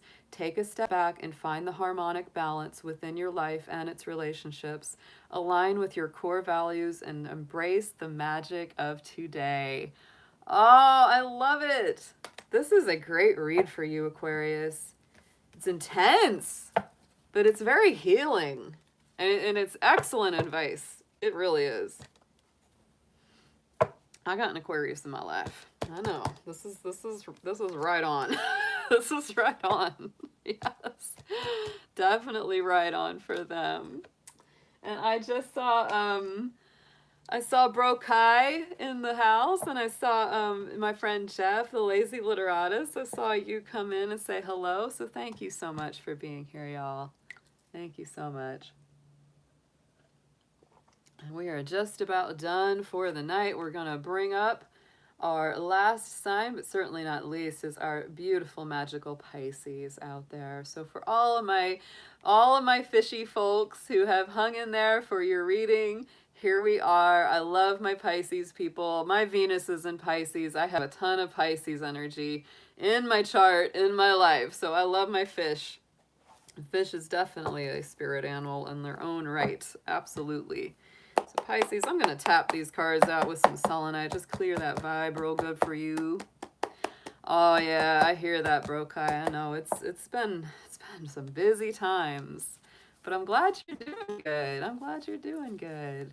Sebastian, Pisces moon. Oh, it's a very spiritual moon. Yes, it is. Yes, it is. All right, Pisces. Let's see what you have got coming up this week from your spirit animal friends. See what messages they have for you, as well as your angelic guardians, ancestors, anyone that you work with. Let's see our Pisces, please.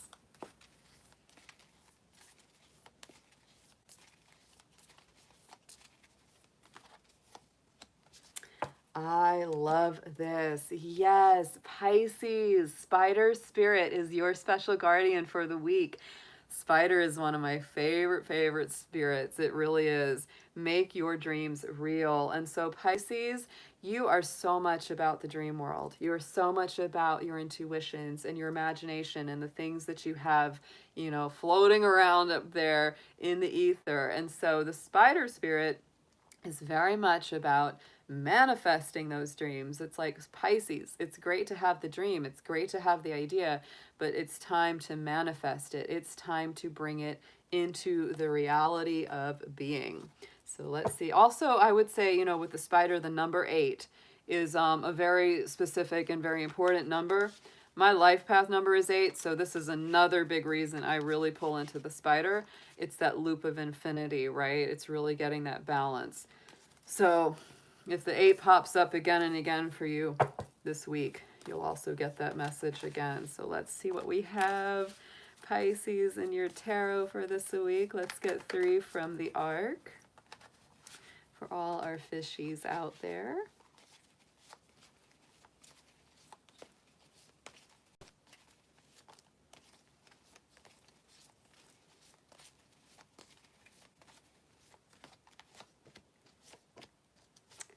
Wow, okay, so we've got the rhinoceros starting us off, our King of Pentacles, power, wealth, ruthlessness, going for what you want. To me, this is a really nice, balanced, grounded, stable sort of energy.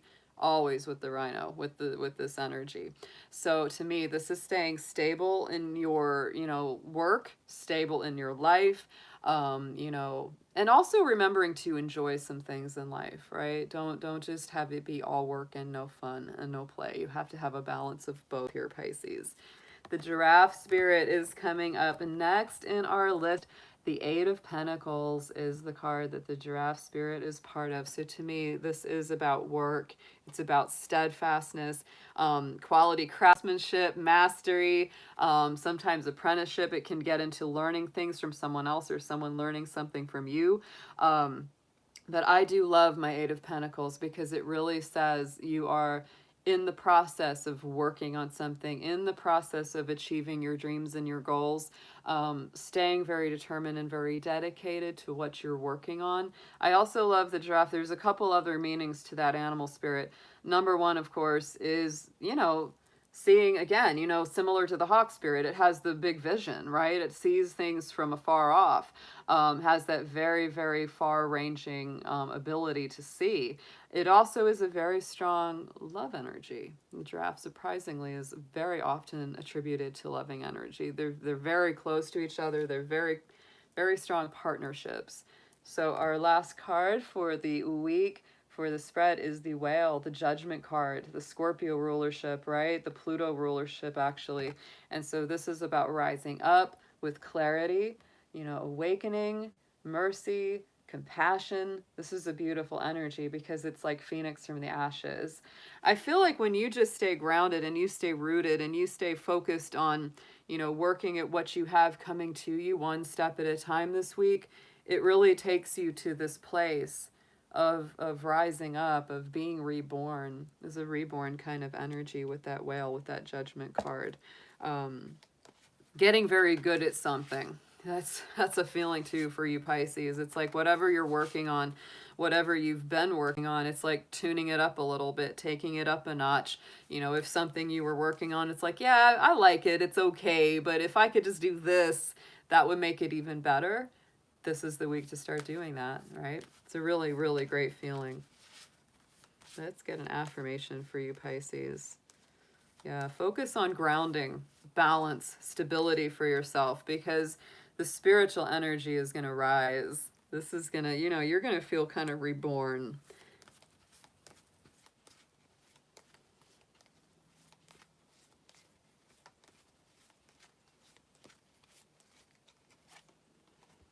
Woo! And we have a magical being in our affirmations, the Griffin. I love that. So we have balance, clarity, spiritual enlightenment. You are being guided to find the harmonic balance of your mind, body, and soul. The abundance you seek already exists within you. You are strong, independent, and fearless. Take flight and achieve what you desire. That is so cool. Oh my goodness. Oh, Daisy, it's been a hard week. I'm so sorry, babe. Yeah, to me it is, and it just that's why that whale is coming out at the end here, Pisces. That's why, because this is Pluto rulership. This is that like rebirth after the fire, right? After, that's why I say this is like a phoenix from the ashes kind of card, because this is saying, it's like you've been through those death cycles. You've been through those difficult moments where you've just felt burned to the ground. And this is the week of like, just don't give up. Stay, determined. Don't give up. Yeah, that's the biggest thing. It's like, things will change. Things will change. That's the only constant in life is change. And so to say that things will never change, no.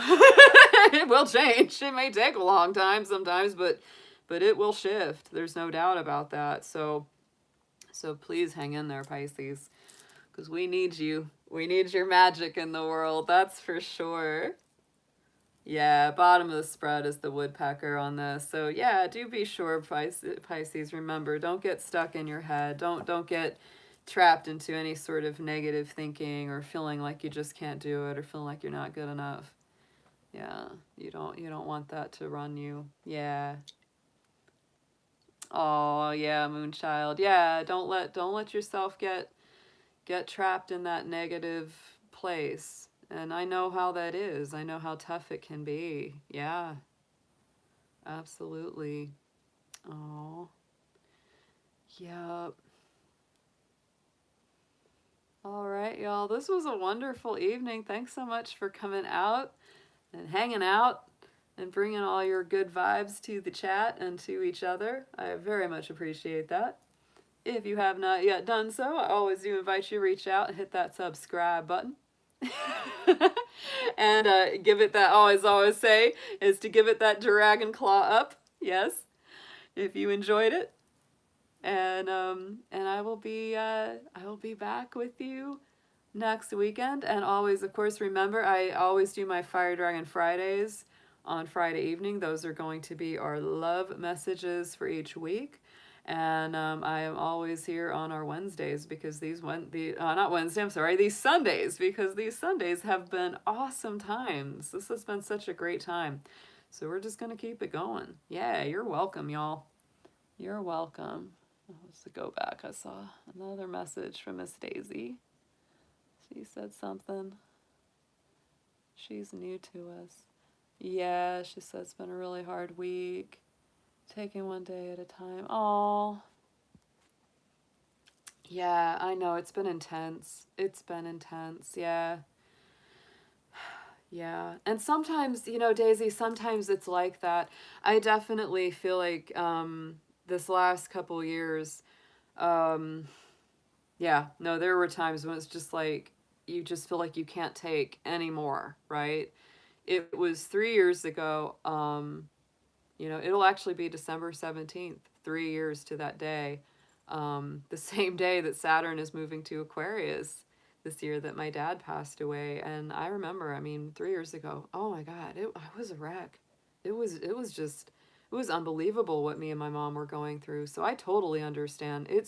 Sometimes it's like, we just don't know. It blows my mind. I said, so many times to my mom, it's like, I can't believe like that we're still standing after all that sometimes, because it just feels like that's the kind of thing that would just destroy you, just obliterate you, but then you get through it. Don't hesitate to reach out to people that are friends or, supportive, because that to me is just, it's a major, major thing. You gotta reach out to the people that are with you. Yeah. Yeah. Aww. Yeah, and sometimes it's been like that. Yes, sometimes it's been like that. Where you just, where you do have a lot of tears and you do just, have to let it out. It's really okay. It's okay to not be okay, I think sometimes that's actually what makes it worse, right? Because it's like, Amber, she's like, let's get drunk. You're so funny. Yeah, but I mean, it's like, we have this society that just basically tells us all the time that if you're not just happy, happy, happy all the time, that there's something really wrong with you and that being depressed is wrong and all this stuff. And it's like, guys, sometimes, a lot of times, you know, life has that going on. And so it's like, it's okay to not be okay. It's like, it's already bad enough if you're depressed, you're going through a hard time, and then you're feeling bad about having a bad time. It's like, that's too much. It's like, look, sometimes things just suck and it's okay. It's not okay, but it's okay. And the more that we can just be kind of cool with it and work through it each day, the better it gets. A lot quicker than if we're beating ourselves up for going through a hard time, which no matter who you are, is with very little exception, everybody's going to go through difficult times. Yeah. Oh, I'm a Capricorn. You know, Michael Stipe, my fellow Capricorn, sang the famous song about everybody hurts, you know, sometimes. And that's really, you know, that's the Capricorn truth, is that everybody hurts sometimes, right? It's just the way it is. And it's okay. Oh, let me go back. I'm missing some of these. Yeah, exactly. You're allowed to feel it before you build back up to optimism. Yeah, that's a true, Jeff. Nancy, we all go through stuff. Yeah, it's true. Oh, hair raising. My readings, I do a sliding scale for a session, so I just let people pick what they want to pay between 85 and 125 for a session. And it's fine, like whatever works for them. Some people pay higher, some lower, some in the middle. And yes, it just helps it to be a little more flexible for folks, because I don't want people to not feel like they can't afford it. And if people are like in a, you know, financial hardship or something, I can go lower sometimes for some people. Yeah. Yeah. Mhm. Yay.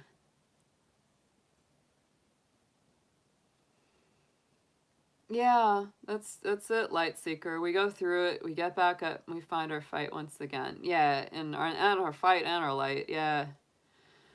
Yeah. Oh. Yeah, Silver Star. It's very true. Yeah.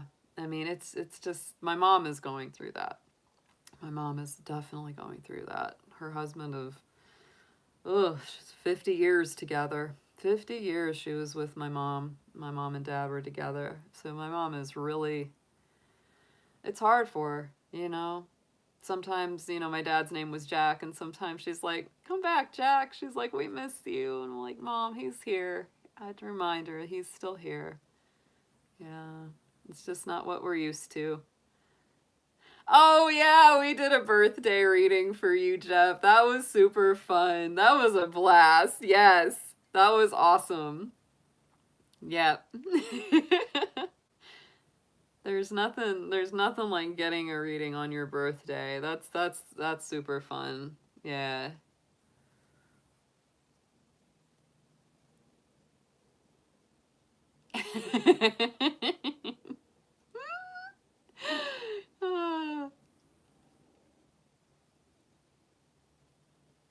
Well, y'all make my day better. I'll tell you what, y'all lift my spirits in a big, big way.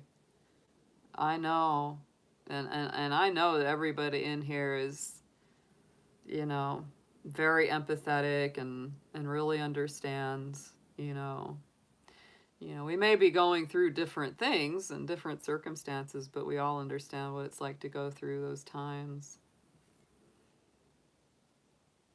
Oh.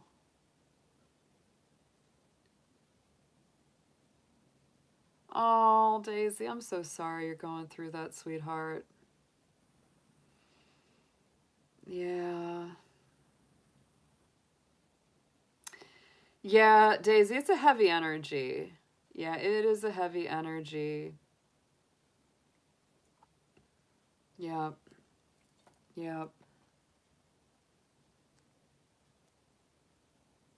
Yeah, you do, Jeff. Jeff was born with a Mercury retrograde, and so it's like yeah, when you have a Mercury retrograde in your natal, you actually deal with those retrogrades better than other people would, because you're used to that happening all the time. You're like, oh yeah, have to double check everything every day. It's not a problem. Yeah. Oh. Yep. Oh, DJ Old School. Thanks for being here. Appreciate it. Yeah.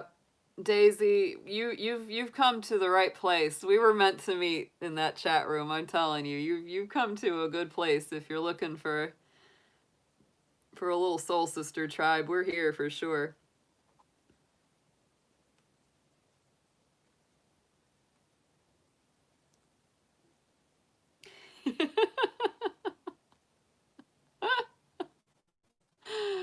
Oh, oh, yay, GD. I'm glad. I'm glad you had a good night and finished your stuff. Hopefully you can get something good to eat and have a good sleep. It's always the best part. Getting good food, getting a good rest. Yes. Dragons unite. Yes. Oh yes, we do love you, Daisy. We love each other in here. We do. And I tell you, I started this channel a little over a year ago, almost a year and a half now. Um and I'm telling you, it's definitely been such a blessing in my life getting to know y'all. Yeah. Oh, yeah, Nancy, I am such a fish in so many ways. You know, I'd always joke because I've got 4 planets in Capricorn. So I have a lot of Capricorn. Sun, Moon, Mercury, Mars, those all in Capricorn for me. But 3 of those planets are in the Pisces house.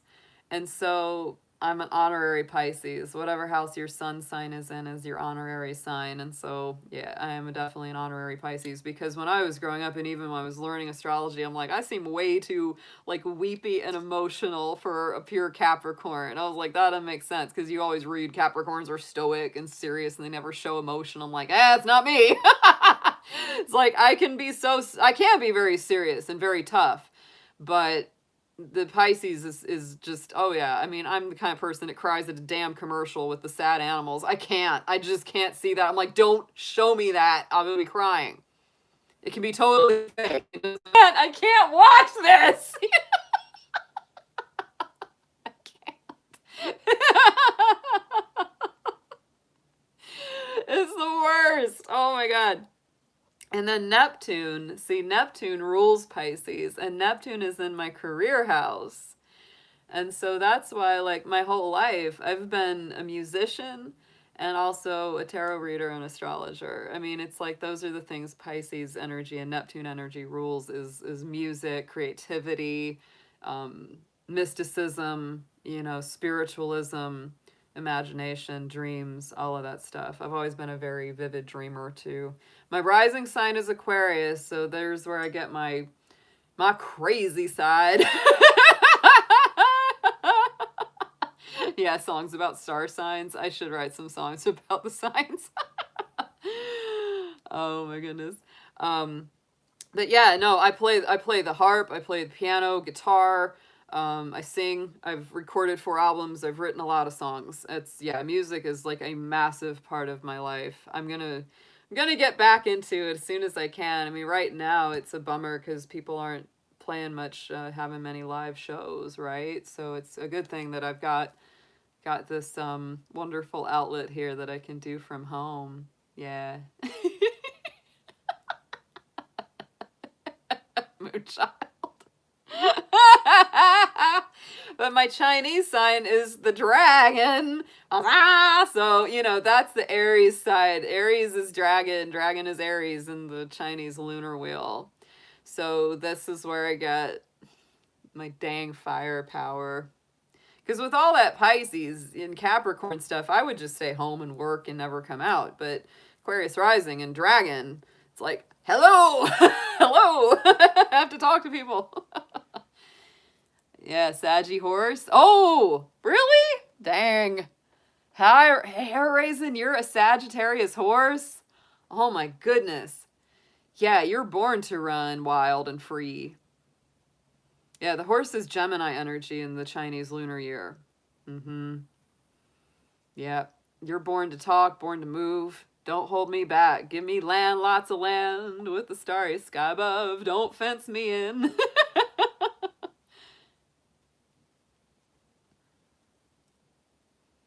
Yeah. Well, see, I'm right on the cusp too, and I would say that for like nothing drives me more nuts about people telling others that if you're a cusp, you're both signs. Oh, I hate when I hear that. You're not both signs. I promise you, babes, you're not both signs. You might have influences from the other sign that's close to your cusp sign, but you're not both at once. That sun sign is either in or it's out, even if it's by a tiny, tiny degree. Okay? Because I was born at 29 degrees of Capricorn sun. 29 degrees is the highest degree that you get to, right? And so then it switches over to 0. So if I'd been born a couple hours later, I would have been in Aquarius. So a lot of the time I was confused, thinking, oh gosh, what am I? And I have an Aquarius rising, so it's kind of like I really do have both of those sides to my personality very strongly. But I am definitely a Capricorn sun, right? It still was in that Capricorn degree, but it was right on the edge. Oh, David, that's interesting. You were born in blizzard. I was born when it was snowing too. I think that's kind of a story for Capricorn. A lot of us are born in the snow. That was a little weird though for here because I were down in Georgia. It doesn't snow that often, even in January. It don't always snow, but it snowed on my day. I'm on the cusp, not Libra. Yeah, 100% Scorpio. Yeah, yep, yep. See, in the Chinese astrology and Chinese tradition, I love that, Daisy, that you're a rat. Oh, I love my rats. Rats rock.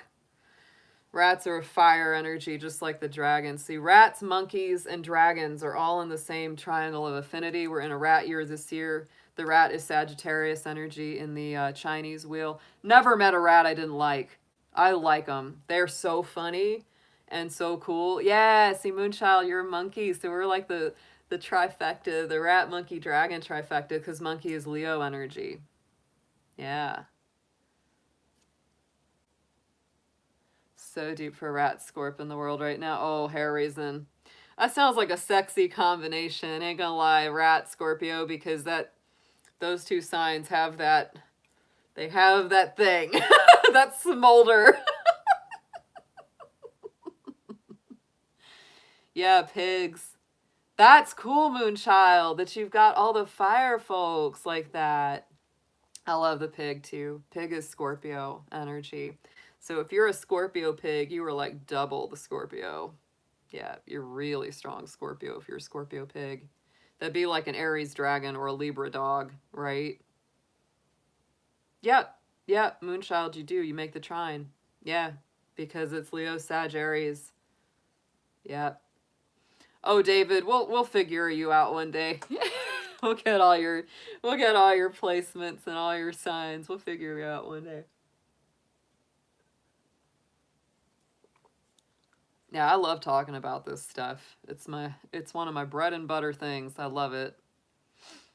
Venus in Scorpio is intense.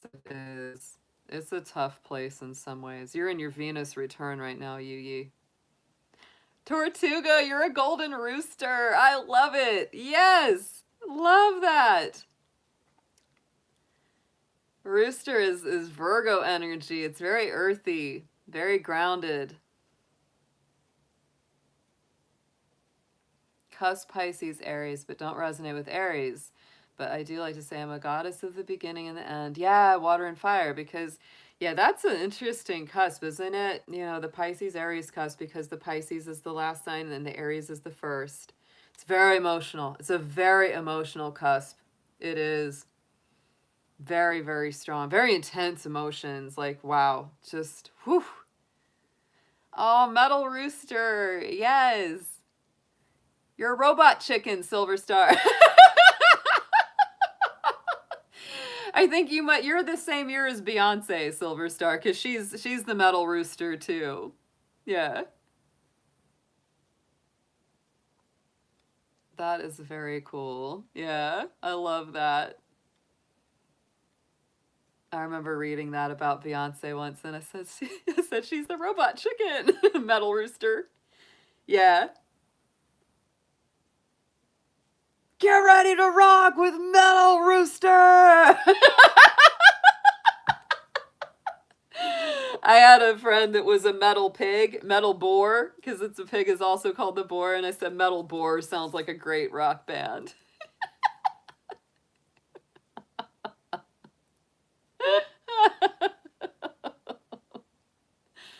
Oh yeah, Metal Rooster opening for Wild Stallions. That's right, Jeff. That's it. Definitely it would be a hair band. Absolutely. Oh, good, hair raisin. I'd love to talk to you soon. I love it. We've got one of my members, Ms. Mindful. We are working on trying to do a little collaboration. She's got a YouTube channel, and hair raisin will do the hair and makeup. That's awesome. But me and Ms. Mindful are gonna try to do a little like a Zoom collab video, because she does like little guided mindfulness meditations, and I just think that would be so fun to have her there. Oh, I love that, Jacqueline. The Bill and Ted, Keanu Reeves, wow, that's an ultimate Virgo right there, talking about Virgo energy in the rooster. Oh, he's like super Virgo. I remember doing his chart years ago for an astrology class for Virgo. Yeah, and I was just like, unbelievable. He has like very, very Virgo. Tons. Like it's a huge wedge of Virgo planets in his chart. It's very interesting. Yeah.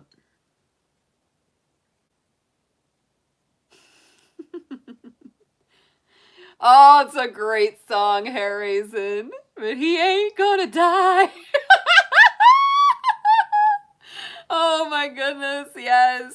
Love it. Love it. Oh my goodness. Yeah. Yeah, Keanu Reeves is one of those people. He's got this very, it's like almost like this very cool sort of grounded energy in spite of being through that whole Hollywood world, which is very interesting. Yeah, I think it's honestly, it's so much of that earthiness. Virgos really, they're a very modest sign. They really are. The Virgo is a very modest sign. They're not big on self-aggrandizement in general. They're a sign of perfection. They want to get everything just right. That's why they work so darn hard. That's like why when I see like Beyonce, I'm like, nobody works harder than this freaking woman. I'm like, good Lord, she's a Virgo rooster, and she's just, I'm like, dang. And they organize a lot too. Virgo energy, they organize a lot. So it's like they've got like a whole like team to get things going. It's just, they're all about it. They know how to delegate work. Aw, Moonchild, you're so cute. You're so cute. I can spell. Yes, we know, hair raisin. It's good. Sometimes most of the time our minds just move a lot faster than our fingers can.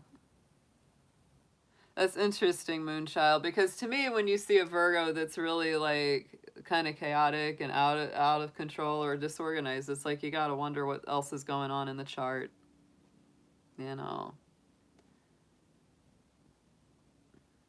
Yeah. Silver Star, I like that. Yeah. Yeah. That's a lot of the time. Like if and I really, I like what Mike says about this, even though he'll be the first to say he's not like a full-on astrologer, but he's so right about how there's high vibing signs, high vibing versions of each sign, right? And those that are really on their high vibration and they're really you know, in that good place and they're living up to what their sign is all about. Like they're super dynamic and very positive, and then there's those low vibing versions of the same signs which, you know, embody all the negative traits of the sign. Because trust me, there's pros and cons to every zodiac sign. Absolutely. You know. And it's funny how sometimes the negative side of that sign can seem like the opposite of what they should be known for. It's very interesting, right? Um, yeah, because it's like I've known, you know, Pisces who were very jaded and cynical, and so many difficult things had happened to them that it allowed themselves to become bitter and mean and nasty. And it was like the complete opposite of what Pisces is and really should be, which is that soft, compassionate, gentle, overflowing emotion.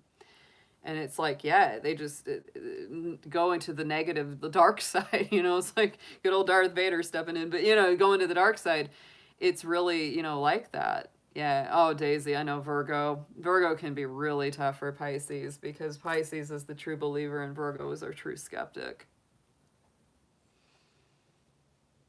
Oh. Oh, that's an interesting thing to bring up, Tortuga. You've been seeing a lot of people that passed on. I think that's very interesting. And I feel like, you know, what we're in right now, um, we're really in a time where people are more perceptive, more intuitive, and we are, you know, going to a higher vibration in general, kicking and screaming, whether we like it or not, right? Um, for me, that's kind of a normal occurrence, I suppose, because I'm a big dreamer. I do see my dad a lot in my dreams because he's passed on. I actually had a really intense dream 2 nights ago that there was a friend that I hadn't talked to in a long time, which is true. And so I had gone to go get back in touch with him, and then they told me he had died of cancer. And that was in the dream. He's not actually dead. He's alive and well. But I was like, that is a sign I need to talk to my friend. I was like, I need to get in touch with them. Spirit world, we are able to communicate. Our higher nature, our higher consciousness is able to communicate with other people in the astral plane, right? Because they're out there, right? And I think it's really sometimes I'll dream about talking to people or people that I know have passed on, and I have no idea why. You know, why did I talk to them? Why did they come through my dream? And it's like it's something about the energies, right? The energies connect, and then you have that conversation. Yeah. Oh, yeah. Nancy, I think it's Tortuga. It's really interesting that you bring that up because you're going to find a lot of people are either having that experience now or have had the experience in the past. Yeah.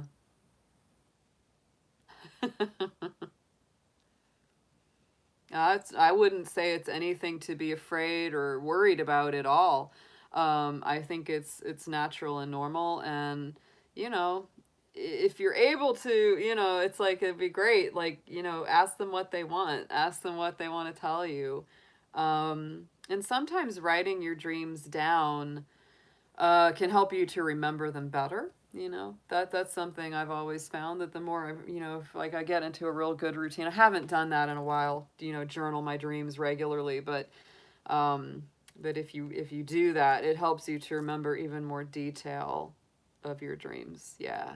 I did that for years. I have many stacks of dream journals, and it's pretty wild. Like when I read about an old dream, it's like it puts me right back in that memory. I'm like, oh man, I remember that. Yeah, not afraid. Been feeling stronger emotions than usual when it occurs. Yeah, that makes sense, Tortuga. And I do know too about sometimes, you know, you have a dream that it'll like mess with you for like a day or two because it was so intense. And my mom has had some dreams where it felt like she even said because I was trying to kind of explain to her, it's like there are dreams and then there are like visions where the person is there, like they are purposely intending to be there. And my mom had that experience. She actually, like, I think it was a couple months ago, and she did have a dream about my dad. And she said, you know, I've had dreams about him before, but this was different. She said, this was so different. She's like, you know, I opened the door. he came in and he was there. Like, he was there, and I could feel it, and it was like, she was like, Jack, you're back. And she's like, and we hugged, and it was just, she's like, it's exactly like the way one of his hugs would be. And she said it was just so real. It was so just, he was there. And so I said, yeah, it's different than just a regular dream. It's different. It's like their spirit really comes straight through. Yeah. Oh. Yeah, yeah, GD, I hear that. And I've definitely woken up in tears from certain dreams before. Yeah. Yeah. Oh, yeah. Yeah, I understand. Wow. Yeah, yeah. Mm-hmm.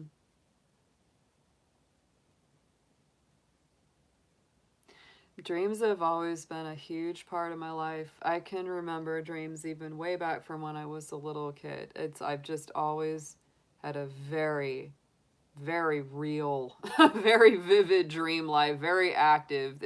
I literally, like, if I go to sleep, I'm gonna dream. It just, even if it's something small, I dream every night. Yeah.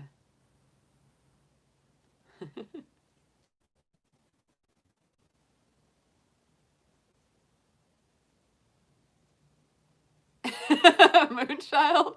It's exhausting sometimes being Pisces or Pisces influence, because it's such a emotional sponge. You have to do a lot of boundary work. You do, is with Pisces energy. Definitely keeping my black obsidian and tourmaline around, keeping my selenite around. There's just a lot of things in the metaphysical toolbox that you need when you have that Pisces influence to deal with those perceptions, because you feel everything. Pisces is a darn sponge. Like, we feel it. We're the kind of people that's like, we might be feeling totally happy, and then around somebody who's really depressed, and it's like, damn, I'm depressed now. It's like, what's happening? Oh, thank you so much, Nancy. I'm going to pass that on to her. Absolutely. I told my mom, I said, because her 80th birthday is coming up, which is kind of hard to believe. My mom, she ages incredibly well. Both my parents, very good agers, and she waited to have me later in life. So that's Capricorn. And I keep telling her, I was like, Mom, we're gonna put you on the channel on your birthday to say hello to everyone. We're gonna have a party for you online. She's like, oh, I don't know if I can do that. I was like, she's like, I'd feel all self-conscious. And I'm like, no, you wouldn't. Your Leo rising would rise to the occasion. She's a Leo rising. Oh, trust me, she'll put on a show. You get her in the right place. Oh, yeah. Moonchild, yeah, sometimes hear people's feelings. I feel that. Oh, yeah. Tortuga, I recently lost people and now I'm dreaming heavy with them, just wondering if it's a sign of the current time or the planets. I think it's a little of both, Tortuga. I really do. Yeah, I really do feel like it's a little bit of both. It's partly the energies of where we are planetarily, astrologically, but it's partly as well on that very spiritual side. We're pulling in a lot of that vibration. And if you're aware of it, if you're sensitive to it, like, you're gonna notice it. Yeah. You're gonna notice it. Yeah, I want to bring my mom on. I really do. She's a kick. And she's a dragon too. We're both Capricorn dragons, me and my mom. Cause yeah. She's a kick. She gets me laughing so hard at stuff. Oh my goodness. We just, like, it was just me and her for Thanksgiving. We roasted a chicken and I made a big apple pie. It was great. Like, we just ate. I'll probably do that again on Christmas. Yeah. Cease loved ones to help. Oh, GD, that's wonderful. Yeah, I mean, it's like when you really call to your ancestors. I'm saying, like, they know. And the cool thing is, like, I've really gotten into oh yeah, the obsidian is good. That's a really good gemstone there, Sebastian. And also the black tourmaline. Black tourmaline is like your all-purpose. You can wear it. You can put it by the door. It's really great for deflecting and absorbing negative influences no matter where they come from. It's also good to put by your computer. I do that too. Yeah. Oh, yay. Yes, GD. Dragon Tribe is where it's at. Yeah, Nancy. Oh, definitely have people show up that you don't know in your dreams. Yeah. Mm-hmm. Yeah, Moonchild. That's a big reason why empathic people or intuitive people get along really well with animals. Because animals don't give us that same emotional overload. If anything, they help us clear it after, we've been through a difficult day. Yeah, yeah, yeah. Oh, I like that about the cakes. Are we going to get into a cake discussion again? We had a really good cake discussion last time. The cakes, yes. I love cakes. I love pies too. Oh my gosh. My favorite pies would be a pecan pie or a good, like a real homemade lemon meringue pie. Those, oof. I do like my apple pie too, though. Oh my goodness, I make an incredible apple pie. Ice cream cake, that sounds good. Oh yeah, GD, I can get you my red velvet. Text me your number. I'll take a picture. I'll take a picture of my red velvet recipe and send it to you.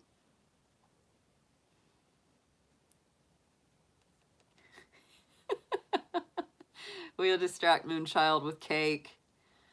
Oh yeah, GD, lemon meringue. Oh, you have to do the lemon zest, like get that lemon in there. Oh my god, it's the best. Yeah. I've been making lots of Thai curries this last couple weeks because it's gotten so cold here and it's so delicious. Yes, Daisy, it is tending to be a trending topic is cake. You're not wrong about that.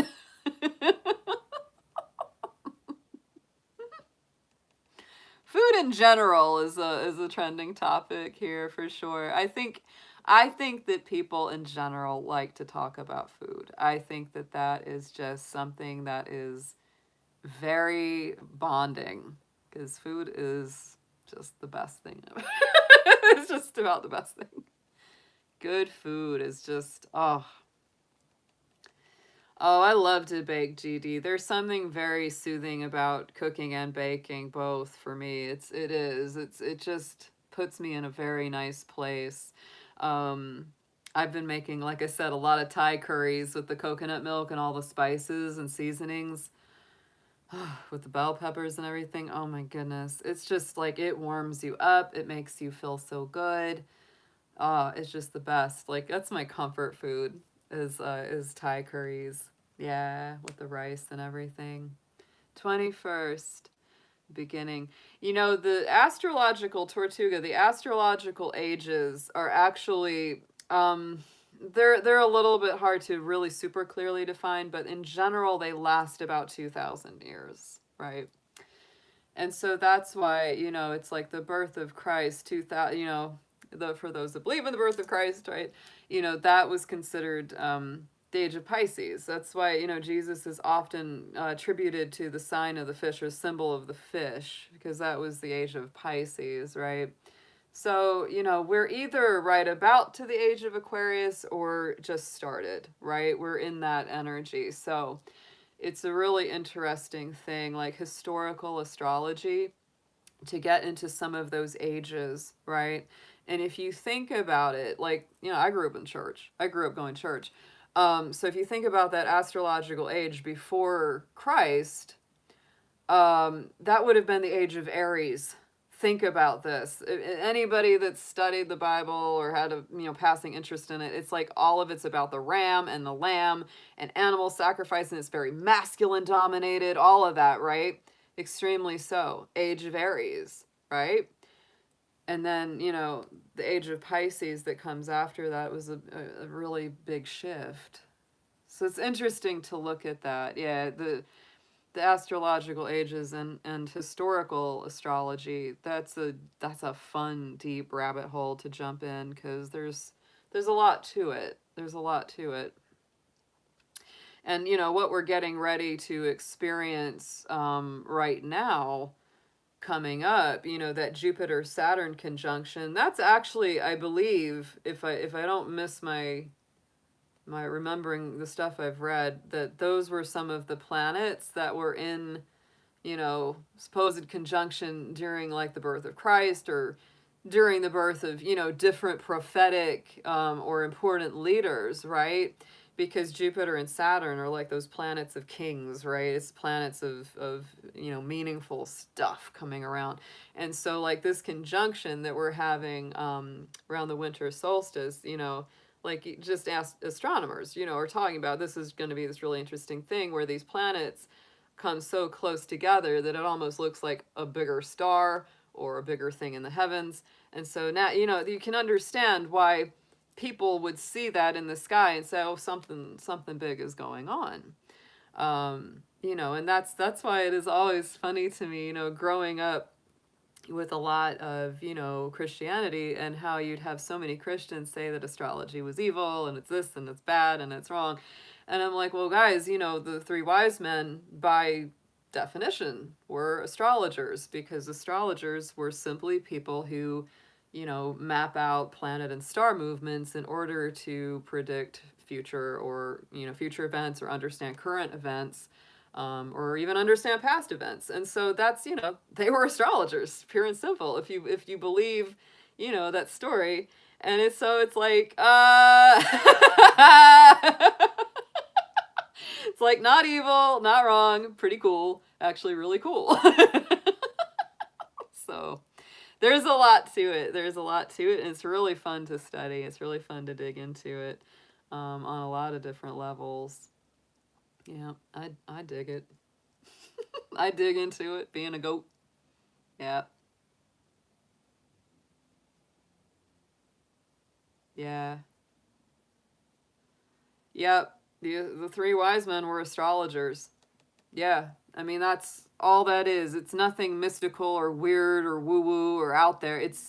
And the interesting thing about this too, GD, is that in the old days, and I'm talking about old days, thousands of years ago, astronomy and astrology were very interconnected. It's not like it is now, where, over time we've said, well, one is a true science and the other is, metaphysical, whatever. They used to be very connected. So there really wasn't this big divide between astrology and astronomy. It's like they kind of fit one in the same. So it's like you were understanding not only the planetary movements and all of that stuff, the more scientific part of it, the more, researchable part, but you were also understanding that these movements affected things on Earth. It wouldn't have taken people very long to figure out, okay, when the moon's doing certain things, we're noticing, certain cycles coming up, right? Well, Nancy, a lot of it, what it comes into, well, a lot of different religions, a big reason they'll have an argument with tarot or astrology or things like that is because it's this feeling of you're not trusting in God, to direct your future, right? And so, but my feeling is it's like I still trust in the divine, right? I still trust in God. I still trust in spirit. I don't, like I always say, take it with a grain of salt, right? If it doesn't resonate, it doesn't resonate. Don't try to make it fit, stuff like that. To me, astrology is just a wonderful guide, and it's very fun to use it as a tool, but I don't take it as a complete replacement for my trust in the divine or my own intuition, right? It's just one of the many wonderful things in the toolbox for understanding yourself. And for some people it speaks to them, and for some people it doesn't. I don't worry about it because it's not a religion. I'm not trying to proselytize anyone. I'm not trying to tell anyone that if you don't believe in this, then, you can take it or leave it. If you think it's a bunch of hooey, you don't have to listen to it. It's cool. I won't be mad at you. Yeah, I hear you, Tortuga. Yeah, exactly. Yeah. I believe that. That's a really, yeah. Come at it from a balanced place.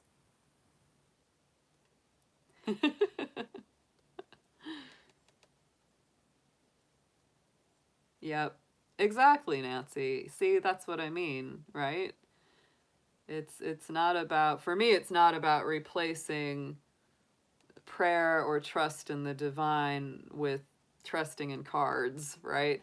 And I say to people, it's like with the tarot, it's like it's a very perceptive practice. It's sort of like it can, tarot, it's got some connections. Some people say the name means like the royal road.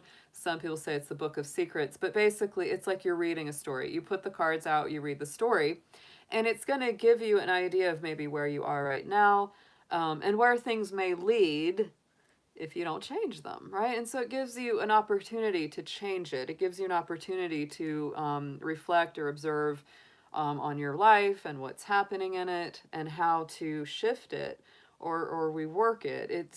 I never tell people like everything's just cast in stone and there's nothing you can do and you have no power and the planets are, totally gonna do this to you. And it's like,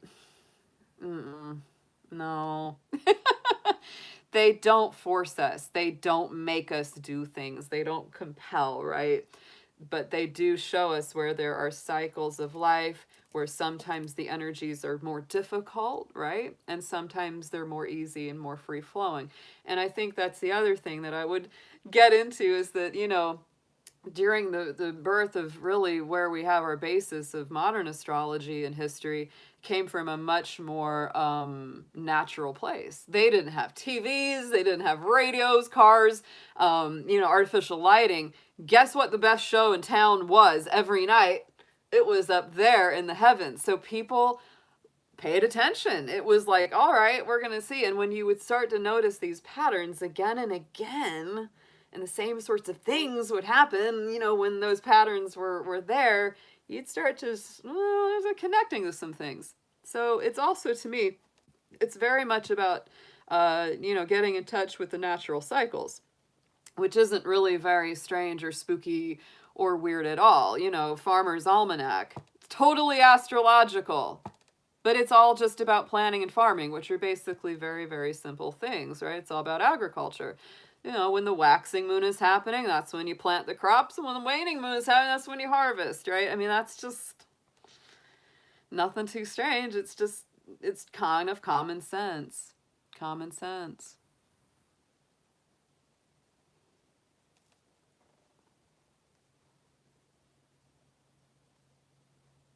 Yeah. Yep. It's free will. That's the free will. Yep. Yeah. Mm. David, I think honestly, like, and I will tell you, I've had a lot of people that'll come and they'll say, like, do I have a hex on me? Do I have a curse on me? Things like that. Honestly, even if somebody's putting some negative vibrations your way or directing negative energy your way, I wouldn't invest my energy into it. And I would honestly, as simple as it is, I mean, just say a prayer to Archangel Michael, or bring in whatever angels and guides that you have, or, your ancestors, because they're always on your side. And just, many times, like if I feel like I'm having some sort of weird attack or some kind of weird, negativity, or I know somebody's mad at me and they're like throwing shade my way, like I'll just pray to Archangel Mike and I'll say, just, please protect me. Please cut any, ties or energetic cords between me and whoever might be putting anything negative onto me, and just return to sender. Return to sender, because it's not yours. It doesn't belong to you. So just send it back to where it came from. Yeah, and just ask your angels, your guides, your guardians to protect you. And they will. They will. They will absolutely do it. Oh, Moonchild, no, I don't think you're destined to die alone. You're too cute. You've got too much of a sweetheart. You've got too much of a good soul. You've got too many cakes to bake. You can't die alone. And you have us. Look, you have us. We're all gonna get together one day. I swear to goodness. We're all gonna buy a big house together and just hang out.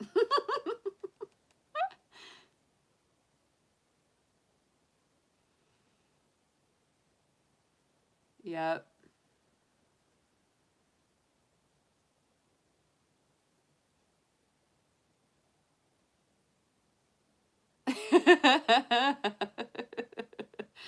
I like that, Jacqueline. Yeah. Dragon commune. Absolutely. No, I mean that's not out of the question for me one day. To have a big fun spirit family to live with and hang out with and bake cakes with and snuggle on bunnies and just, just have a good time, Aw, Jacqueline, yes. Bring in the dragon convoy to Vegas. Yeah.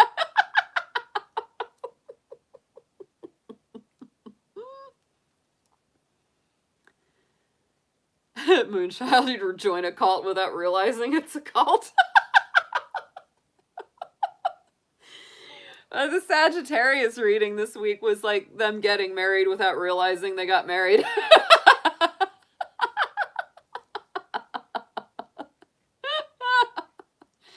That's right, Tortuga. We need some guards, posting some guards around the perimeter.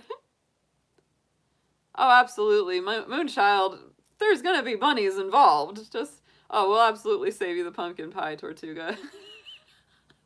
Hey, if it's my life, there's gonna be bunnies involved. Yeah. Dragon cult unite. It'd be a bunny cult where the rabbits are in charge and they live, high on the hog, and we bring them carrot offerings and lettuce offerings every night. Oh, thanks, Nancy. I try to give good guidance. It's a mixture of a lot of things. I feel like, my dad was very common sense. My mom's very common sense in a lot of ways, and it's sort of like there's a mixture between like use your spirit, use your intuition, also use your common sense, use your practicality at the same time too. Yeah. Bunnies would be the leaders, yes. Thanks, Yuyi. You're so sweet. Yep. All right, y'all. Yeah, Amber, it's time to get some rest. Yeah, I'm gonna go fix some food, but I have such a good time chatting with y'all.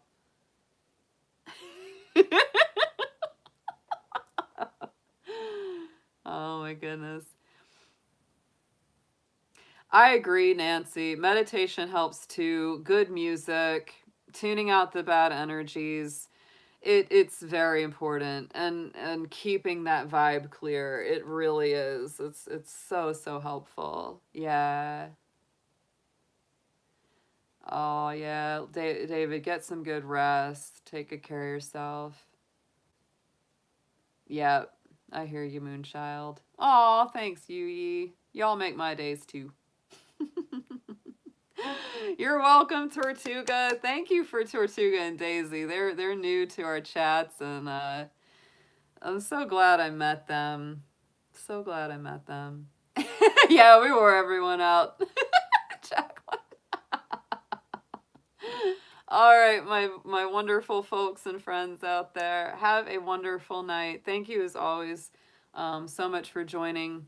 I will be back on Friday with our Fire Dragon Friday readings. And of course, we will be doing these spirit animal messages again next Sunday. So I hope you all have a great night. And we'll be thinking of you with all good thoughts. Yes, David, we are wild, but we are fun. Take care, darlings. I'll see you soon.